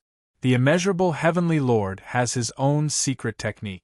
Don't worry, the immeasurable Heavenly Lord has accepted that monkey as his disciple. He won't teach a stone man that has a dead heart." Although he said that, the next day when Laozi was preaching to Chun Ong, he talked about the ancient theory of heaven. He discussed with Chun Ong about the root of one's nature and consciousness. When the Monkey King heard that, he gradually broke free from the influence of the god in his mind and regained his original heart. He was so scared that he broke out in cold sweat. He knew that his Grandmaster's warning was not a joke, so he slowed down the cultivation of his supernatural power and refined his own nature. Chun Ong initially only wanted to punish him for being greedy and for not taking his warning to heart. Now that he saw that the Monkey King knew what was good for him, he then taught him various ways to cultivate his nature. Another month passed and the group could see the Qin capital, Xianyang City, from afar. It was the Chang'an Market. Chapter 842. Xianyang was a scenic spot in the center of the Qin Pass. It was located in the hinterland of the Qin River. The Wei River passed through the south and the Shao Mountain passed through the north. Therefore, it was called Xianyang. During the reign of King Yi of Zhou, Hao was invaded and King Yi moved the capital to Dog Hill. Qin Fizi and his father, De Luo, herded horses for the Emperor of Zhou at Dog Hill near Xianyang. Later on, they were conferred the title of Marquis of Qin because they were good at herding horses. Qin Fizi was conferred the title of Qin Capital, east of Baoji, Shaanxi. Later on, he moved to Dog Hill, where his ancestors herded horses. Then, he moved to Huyang, Liang, and finally settled the capital at Xianyang. Qin was surrounded by the Hound's War to the west. The people there were fierce and fierce. Moreover, they guarded the center of the pass. Therefore, it was difficult for Chen Ong and the others to enter the capital of Qin without Yi Shi, the pass commander of Hangu Pass. Qin was surrounded by checkpoints. There were people from the same country, savages and scholars. If Chen Ong and the others were not well educated, Lao Dan used to be the treasury guard, and Yi Shi, who was the pass commander of Qin's checkpoints, had some connections in Qin. They would not be able to pass the checkpoints easily. In the capital of Qin, there was no one who could see the sage's aura. Therefore, the emperor did not know that Laozi, the great sage, had entered Qin. However, Di Fengshe knew about it. Di Fengshe had some inspiration. There were rumors in the market that he could communicate with the god. Therefore, he was trusted by the Empress Dowager. He often talked about the immortality elixir with the Empress Dowager and even interfered in the court affairs. Before Chen Ong and Lao Dan entered Qin, Di Fengshe saw a monster with a green face and sharp fangs. It had a sharp mouth and a pair of wings on its back. Di Fengshe was a person who could communicate with the gods. How could he not know that it was the god of thunder and goddess of lightning in the sky? He hurriedly greeted and asked for the purpose of his visit. The goddess of lightning said, "We entered the dream to ask you to do something for us." Di Fengshe said, "Both of you are powerful and have boundless magic power. Why do you need me, a lowly wizard, to help you? I dare not to refuse." He then heard the thunder god say, "Heaven's will is constant, under the orders of the Jade Emperor. Some time ago, we were ordered by the Grand Heavenly Venerate to send thunder and lightning to help the Dragon King summon the clouds and rain. When we arrived at Hangu Pass, I played the drum with my left hand and the spine with my right hand. She also used lightning to cut the clouds. Next to me, Old Woman Feng and Lady Sun helped. We pushed Little Cloud Boy and Bu Wu Langjun together. We were about to wait for the 4 Sea Dragon Kings to arrive, but it rained heavily. Who would have thought that there would be a demon monkey down there, relying on a few divine abilities to act lawlessly and unbridled, actually daring to use this opportunity to make fun of us? The lightning in his palm caused the yin and yang axis to change, causing the drums and awls in my hands to tremble chaotically. Lightning rumbled in all directions. He actually triggered the chi of heaven and earth in advance, causing the lightning to explode in my hand. You've caused us to lose face in front of Granny Wind, Rain Master, Cloud Child, Mist Lord, and the Dragon Kings of the 4 Seas. They laughed at me in secret and spread the news to the entire 9 heavens and 10 earths. Even the 9 heavens Thunder Heavenly Lord Universal Transformation asked about it. How could I not take revenge for such a great enmity? Di Fengshe bowed and said, "The 2 gods are from the Thunder Manor, which demon dares to not give you face? Such an unruly demon, as long as the 2 of you report to the 5 Thunder Emperors and let its calamity break out in advance, when the time comes, the 2 god generals will use the heavenly lightning to strike it to death. Then the resentment in our hearts can be vented. Why do we need this brat? Do you think that the demon monkey doesn't have anyone backing him up?" Mother of Lightning sneered and said, "That demon monkey's fortune isn't small. He has a master, the immeasurable cult master of the heretical sect from beyond the heavens, the Dharma body of a saint that descended. The martial uncle that came with him is Taishang Laojun, who has a venerated position in the celestial palace. Now that he has descended to the mortal world to transform into Buddha, it's a great undertaking of the celestial heavens. How can we strike that demon monkey to death in front of Lao Juan's incarnation? This. Ti Fongshi was hesitant, and Mother of Lightning's expression changed. She said coldly, "You said you wouldn't dare to resign just now. Could it be that you're trying to fool us? You want to evade such a small matter? This lowly one doesn't dare to fool you." Ti Fongshi pleaded again and again. "It's just that demon monkey has such an origin, its supernatural power must be extraordinary. I'm afraid I'm not its opponent. And if Lao Jun intervenes, how can this lowly one dare to compete with him?" "You don't have to worry about this." The God of Thunder snorted and said, "We don't want you to take that demon monkey's life, we just want you to make things difficult for it. When it goes to the West to pass the test, it will definitely ask for an official document, and at that time you just have to ruthlessly humiliate it. Lao Jun doesn't do anything, why would he care about such a small matter?" Hearing that it was just a round of humiliation, Ti Fongshi let go of his worries. The saints didn't show their techniques. Even if Lao Juan's incarnation came to this Qin, he would still have to ask for help from him. Just by obtaining Empress Dowager Qin's trust all these years, wouldn't it be easy to fool a demon monkey? When that time comes, if he befriended the two divine lords and had the opportunity, he would be able to earn a status. Even if he was no longer a rogue immortal in the mortal world, he could still enter the celestial palace and become a deity with a position. Thus, Ti Fongshi ordered someone to wait near the Qin capital's gate, and when he saw Lao Jun and his entourage, he went back to report to him. That day, Laozi and Chen Ong entered the city in a carriage, and that person went back to inform Ti Fongshi. Then, Ti Fongshi rushed into the palace and requested to see the King of Qin. This King of Qin was the future King Ai of Qin, and he indulged in wine and women. He also doted on Ti Fongshi a lot, and took the pill that Ti Fongshi offered, and used his fiery nature to pamper the beauty.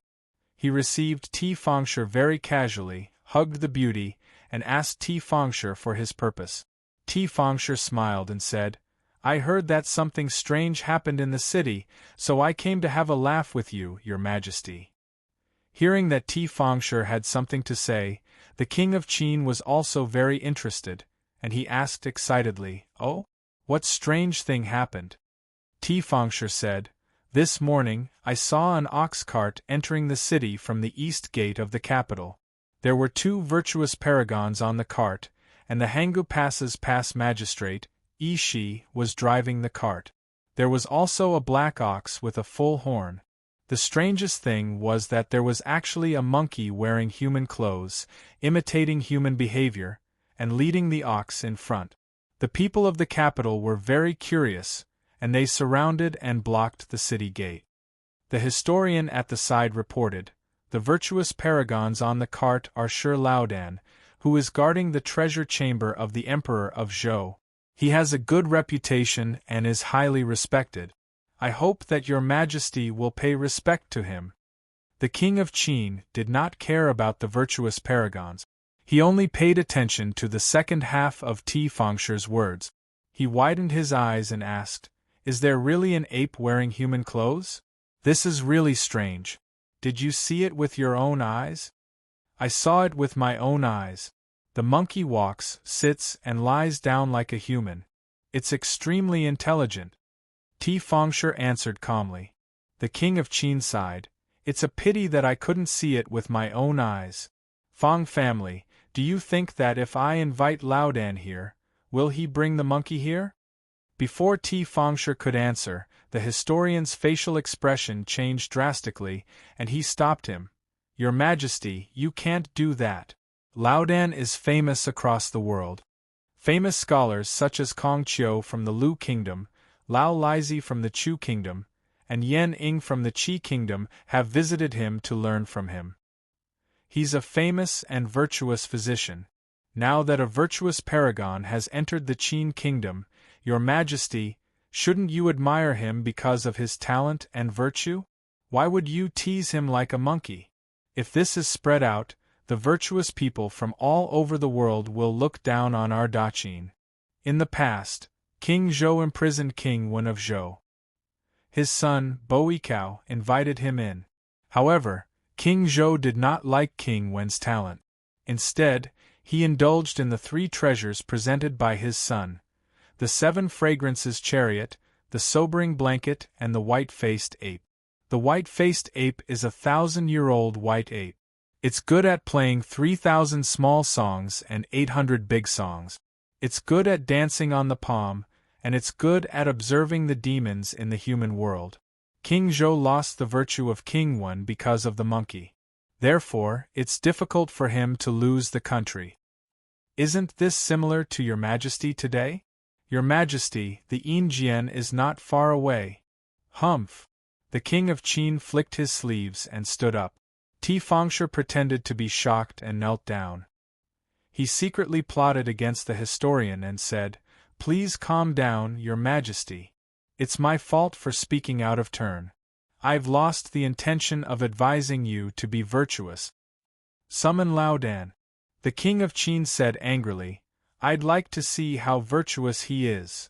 At this point, when the historian was about to let out a sigh of relief, he heard the King of Qin saying, "I wonder if he's comparable to that peculiar monkey? Today, I want to see both the virtuous sage and the peculiar monkey. Fangshe, go and pass on my decree." The historian shouted, "How can he be comparable to the virtuous sage and the peculiar monkey? Your Majesty, leave." The King of Qin scolded. The historian retreated unwillingly. Seeing that the annoying historian who often advised him was driven away, the King of Qin asked Fangshe with great interest, "That fellow mentioned the white-faced ape raised by King Zhou. I just remembered it. I wonder if the peculiar monkey is as good as the white-faced ape. Is it possible that it can dance on the palm and is good at singing?" Fangshe's plan was successful. He also revealed a smile and said, "I don't know about this. However, all the strange things in the world belong to the king. It would be interesting to raise this strange monkey to lead the king's horse." Chapter 843. After the Monkey King refined a crystal-like brain in his head, his mystical abilities gradually increased. Although he had lost his nature during this period of time, he had survived it without any danger. Over the past few days, his monkey nature had gradually recovered and he had become a little mischievous. His calculation ability now was comparable to the heavenly venerables and Buddha. With a single thought, he could know the infinite changes of numbers. He was only left to learn mathematics and understand the changes of vital qi. There were countless types of vital qi in the heavenly cycle. Flowers, trees, mountains, stones, mines, wind, rain, thunder, and lightning were all formed by the rise and fall of vital qi. Among the 129,600 types of vital qi, the Monkey King had gradually mastered 120,000 types. He could create wind, rain, thunder, lightning, and strange flowers and fruits at any time. Even the green ox was very envious when he saw that.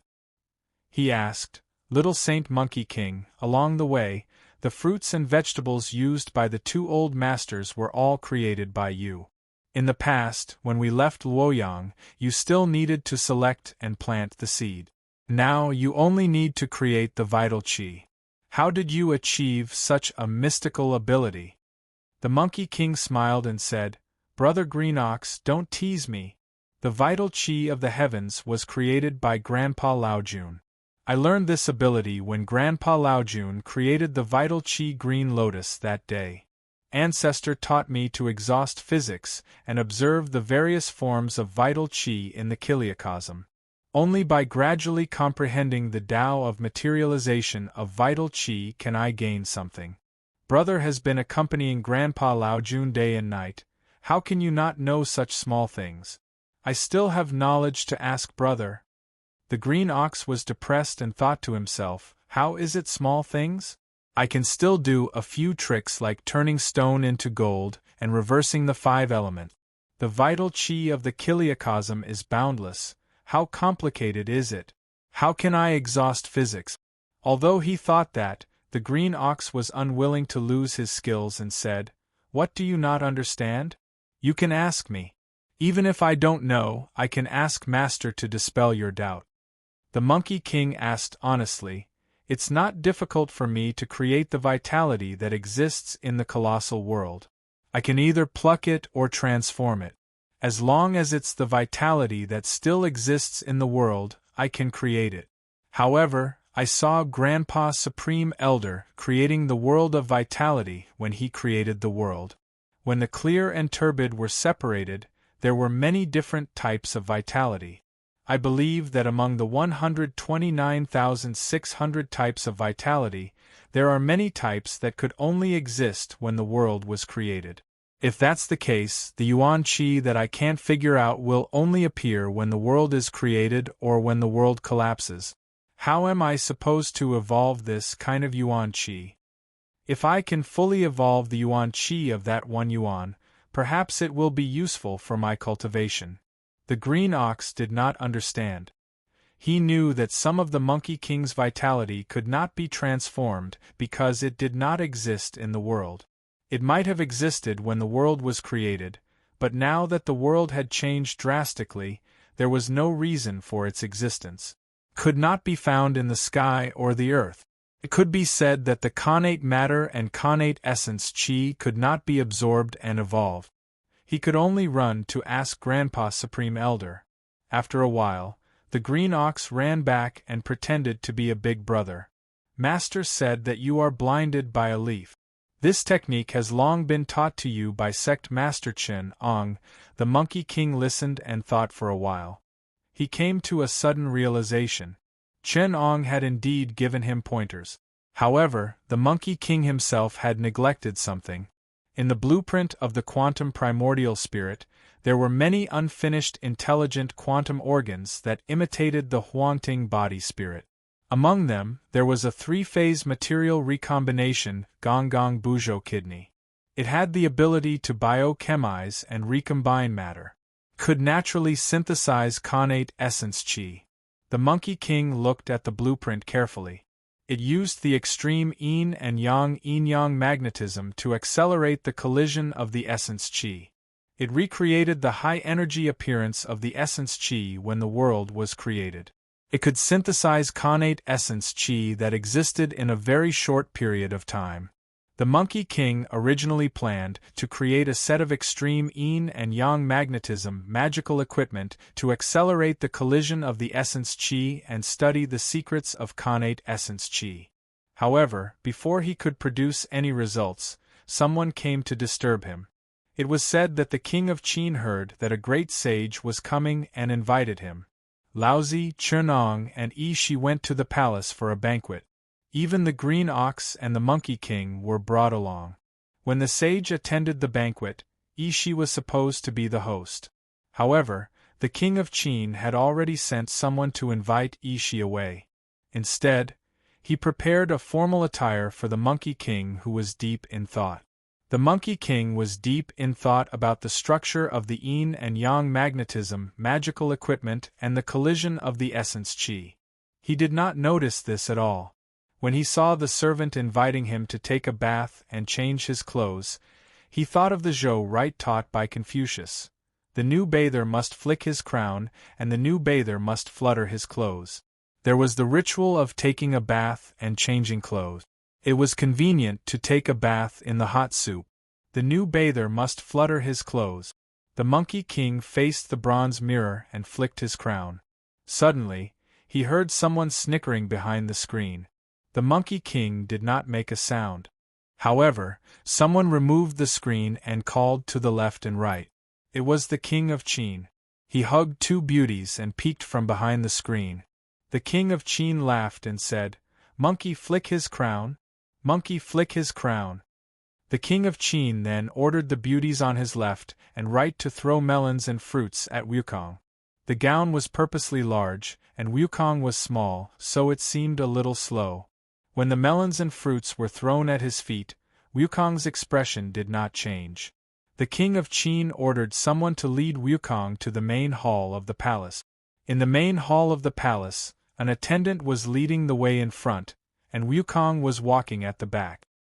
His every movement was in accordance with the etiquette of Zhou, and he performed the etiquette of a guest on behalf of a saint. However, the formal attire was too large.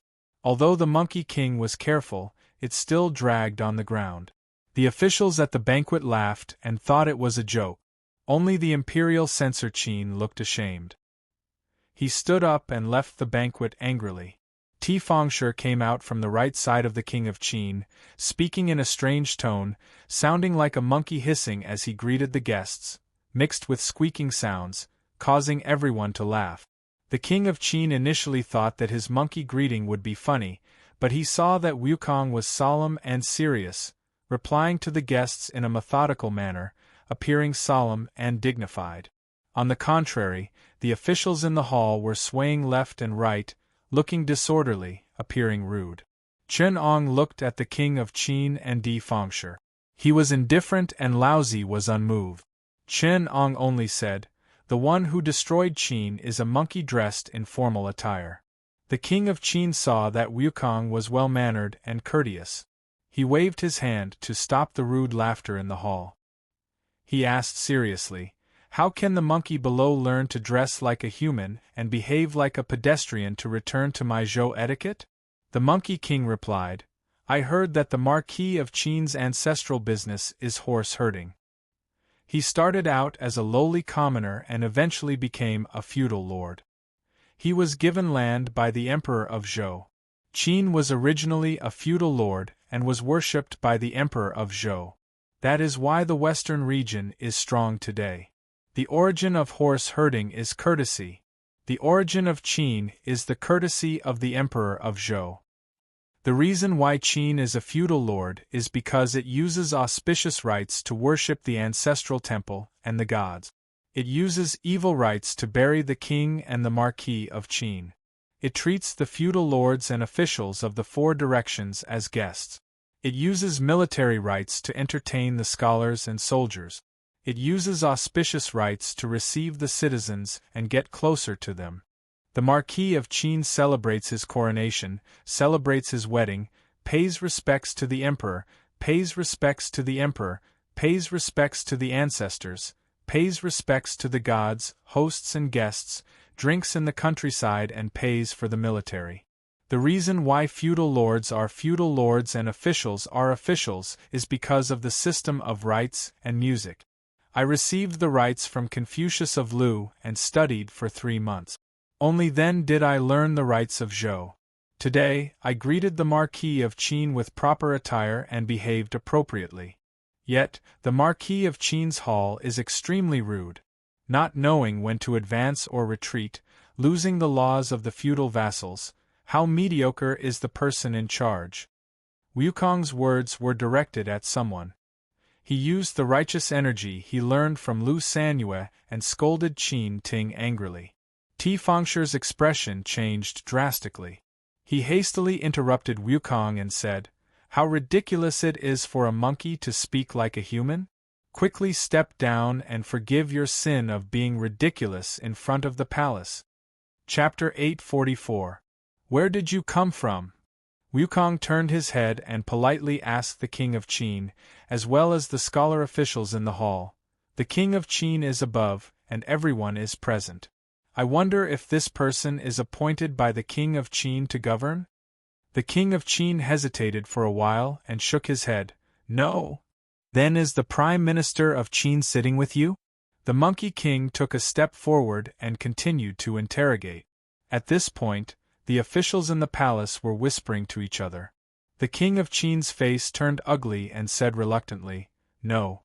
The Monkey King took another step forward and smiled. "So you are a scholar from a noble family who has yet to become an official." At this point, a scholar who had a grudge with Tifangshe said, "This person is only a shaman necromancer. How can he be considered a civil servant of Qin?" The King of Qin's face turned even uglier. Tifangshe was also in a sorry state. He cupped his fists and said to the king, "Your Majesty, this macaque is only a beast with fur and horns. How can he question the king in court? Just chase him out." The Monkey King shouted, Since he is only a necromancer, shaman, and god, how can he have the face to question the king of Qin's court? What authority did he have to command the guards? Could it be that everyone in Qin is looking at such a disrespectful person who is trying to usurp Duke Qin's authority? With a shout, he forced Di Fengshe into a dilemma. He even used his words to question the king of Qin's famous artifact. The Monkey King did not wait for Di Fengshe to refute and asked coldly, "I heard that the king of Qin can only bestow his artifact to others." Zheng Zhuanggong used his famous weapon to bestow it to Zizhong, causing the officials to be abolished. Lu Zhaogong, because his famous weapon fell into the hands of the three Hengs, was actually banished because of cockfighting. The famous weapons of the nobles were bestowed by the emperor, and they were established according to the rules of etiquette and music. Today, I see that the etiquette of Qin is broken, and the emperor's famous weapon is actually in the hands of a mere necromancer. I asked the king in court, but he did not answer. The other officials avoided him. Only the necromancer scolded and called for the guards. I wonder if it is the Duke of Qin who nurtures the necromancer or the necromancer who nurtures the necromancer. From this, it can be seen that Lu Zhaogong's lesson is not far away. Hearing this, Qin Gong's face turned ashen. On one hand, he was dissatisfied with Di Fengshe and was even afraid of him. On the other hand, he was furious at the Monkey King's words. He didn't want to lose face. If others knew that he punished his trusted aide because of a monkey's nonsense, he wouldn't have any face left. At this time, in Qin's imperial court, a macaque dragging a crown that was one size too big appeared. He shouted a question in the court, but no one dared to answer him. The scene was extremely awkward. Di Fengshe's face turned purple.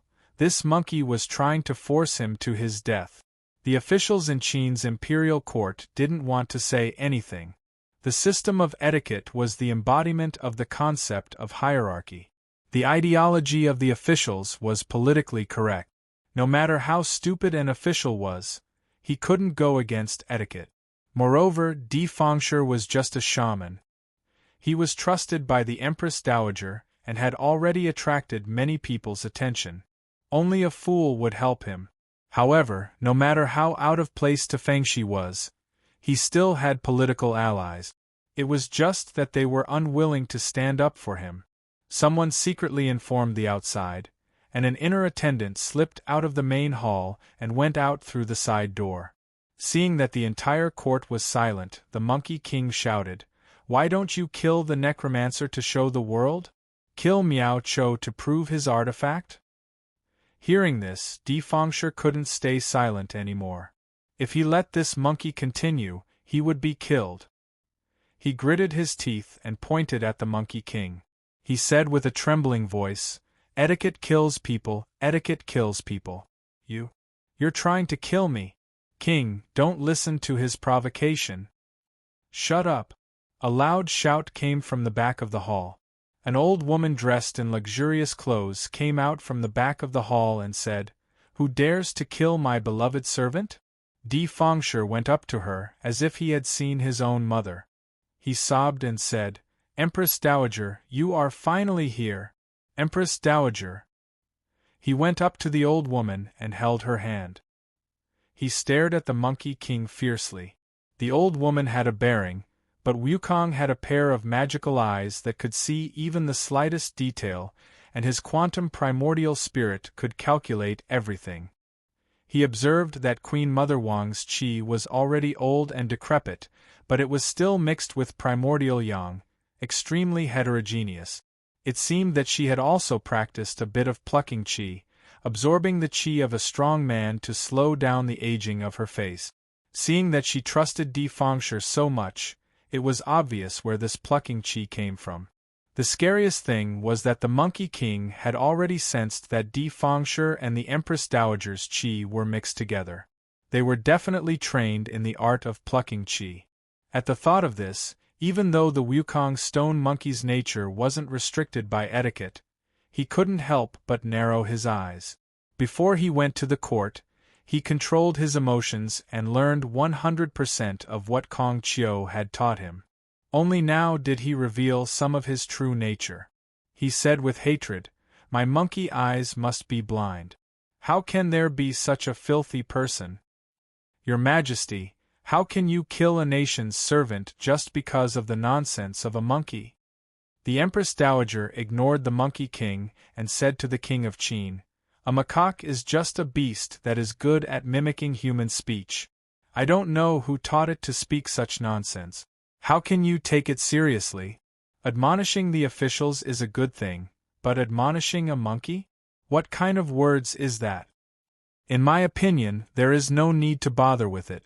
Just lock it in the beast garden and treat it as a joke." The Empress Dowager's cultivation was much higher than a political noob like Di Fengshi. She didn't talk to Goku and directly used her identity to nail the matter there. This kind of political method of, "I don't reason with you and directly use my status to deal with you," was quite a hooligan. No matter how unparalleled Goku's eloquence and righteousness were, it was all useless. The Monkey King was so angry that his body was trembling. He wanted to beat these disgusting nobles to death with a stick. The reason why Chen Ong allowed the Monkey King to go up was not to argue with these ants.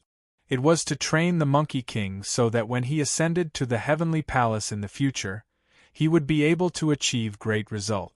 When it came to the political arena, it wouldn't be any more reasonable than this. The high-ranking immortals in the heavens and the mortals on earth all did the same thing. They would practice first before anything else. Therefore, he transmitted his voice to the Monkey King, telling him not to act rashly and kill all the nobles in the Qin kingdom. "Monkey King, stop. The Grand Lord descended to the mortal world to train and didn't show his abilities. If you continue to play around like this, I will lose face in front of Taoist Tai Qing. After we cross the 800 miles of Qin River, you can come back on the cloud and kill all of them.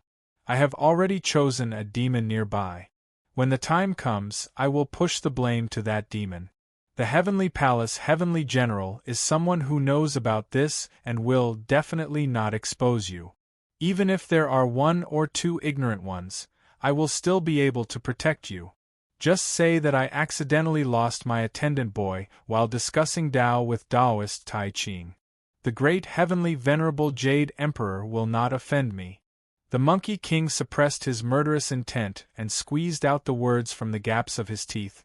"Why is the Empress Dowager teaching me this? Although I look like a monkey, I follow the teachings of Confucius and learn Taoism from Laozi. My brain is filled with knowledge from my teacher. I have 8,000 ancient books in my chest, and I know everything that happened 5,000 years ago. I will only be a boy by my teacher's side. Then I'll return the greeting. Dr. Zhou Yishi is here. It's you, Qin's people, who put on a ceremonial robe before me. Then you took a bath and changed your clothes. You respected the rules and behaved according to the rules. Now you see me as an envoy and you see me as a beast. Are you trying to humiliate me on purpose? Or was she intentionally pranking me and treating me like a clown? I am leading the oxen in front, and the one behind the carriage is the virtuous old man. Dr. Chen Ong. Dr. Zhou is driving the carriage, and Hanguling is driving the oxen. How dare you bully me?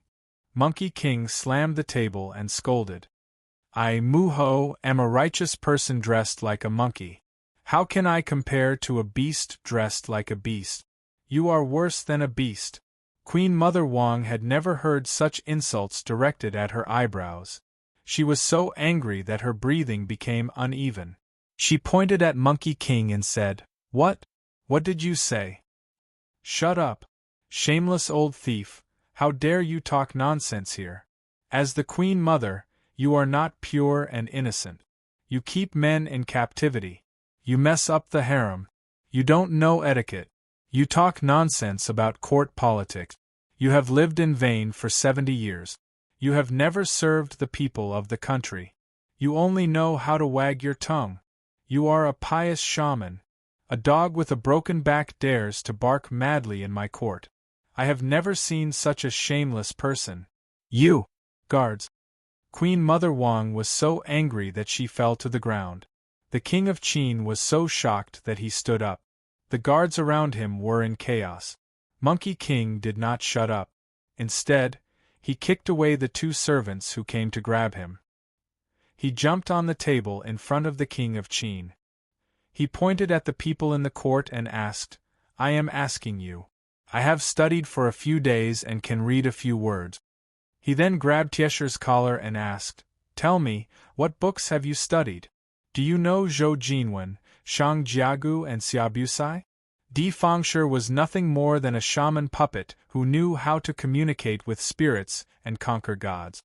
All the spells he knew had to be operated for a while before he could be used. Being grabbed by Wukong's martial arts skill, he immediately felt a strong force lifting him up. He panicked and cried out, "I learned spells from my master, I've never read any books." Monkey King casually threw him to the ground and scolded, "Then you still dare to say that I am an ignorant beast?" He then grabbed a scholar and went to the Queen Mother Wang, who fell to the ground. He pushed away the guards and his hairy face scared the Queen Mother Wang so much that she screamed. Monkey King bared his teeth and shouted, "Don't scream. Let me ask you, what books have you read? What knowledge have you learned?" The scholar's thighs were trembling and his crotch was dripping yellow liquid. He mumbled, "I have only read some history books." Wukong grabbed a few people in succession, and some of them were even talented ministers. He questioned them one by one, and all of them were the same. The most knowledgeable scholar official had only read the history books of the 4 countries and studied the official documents of their own countries. If he were to calculate, he would only be able to recognize a little over 2,000 words and read a book of 10,000 words. Monkey King casually threw these people to the ground and slapped the guards in front of him. He laughed wildly. "I was wondering what kind of knowledge you have. You think you are extraordinary and look down on me for being a beast. Turns out you only know a few words. I, old son, came from the East Seas Aolai country. I've traveled thousands of miles and traveled to dozens of countries. I've seen people from 2 large continents. I've learned about 10 different kinds of slang. I know about 8 or 9 languages from different countries. Later, I was fortunate enough to become Master's disciple. I listened to Kong Qiu's lectures and Laozi's sermons. I learned from Zi Lu that Kong Qiu had compiled 800 poems from different countries and official documents from various countries, from Xia, Shang, and Zhou to the collection of official documents from the vassal states. There were 50 to 60 pieces of Shangshu.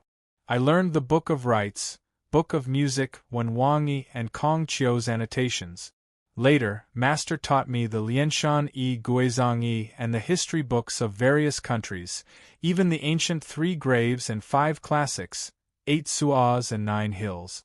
There is also the ancient book of mountains and seas that Master mentioned.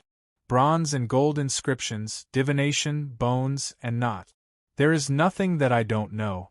There are also all kinds of celestial knowledge. Even the knowledge of you mortals. I've studied 980 million words, and I know 89 types of characters.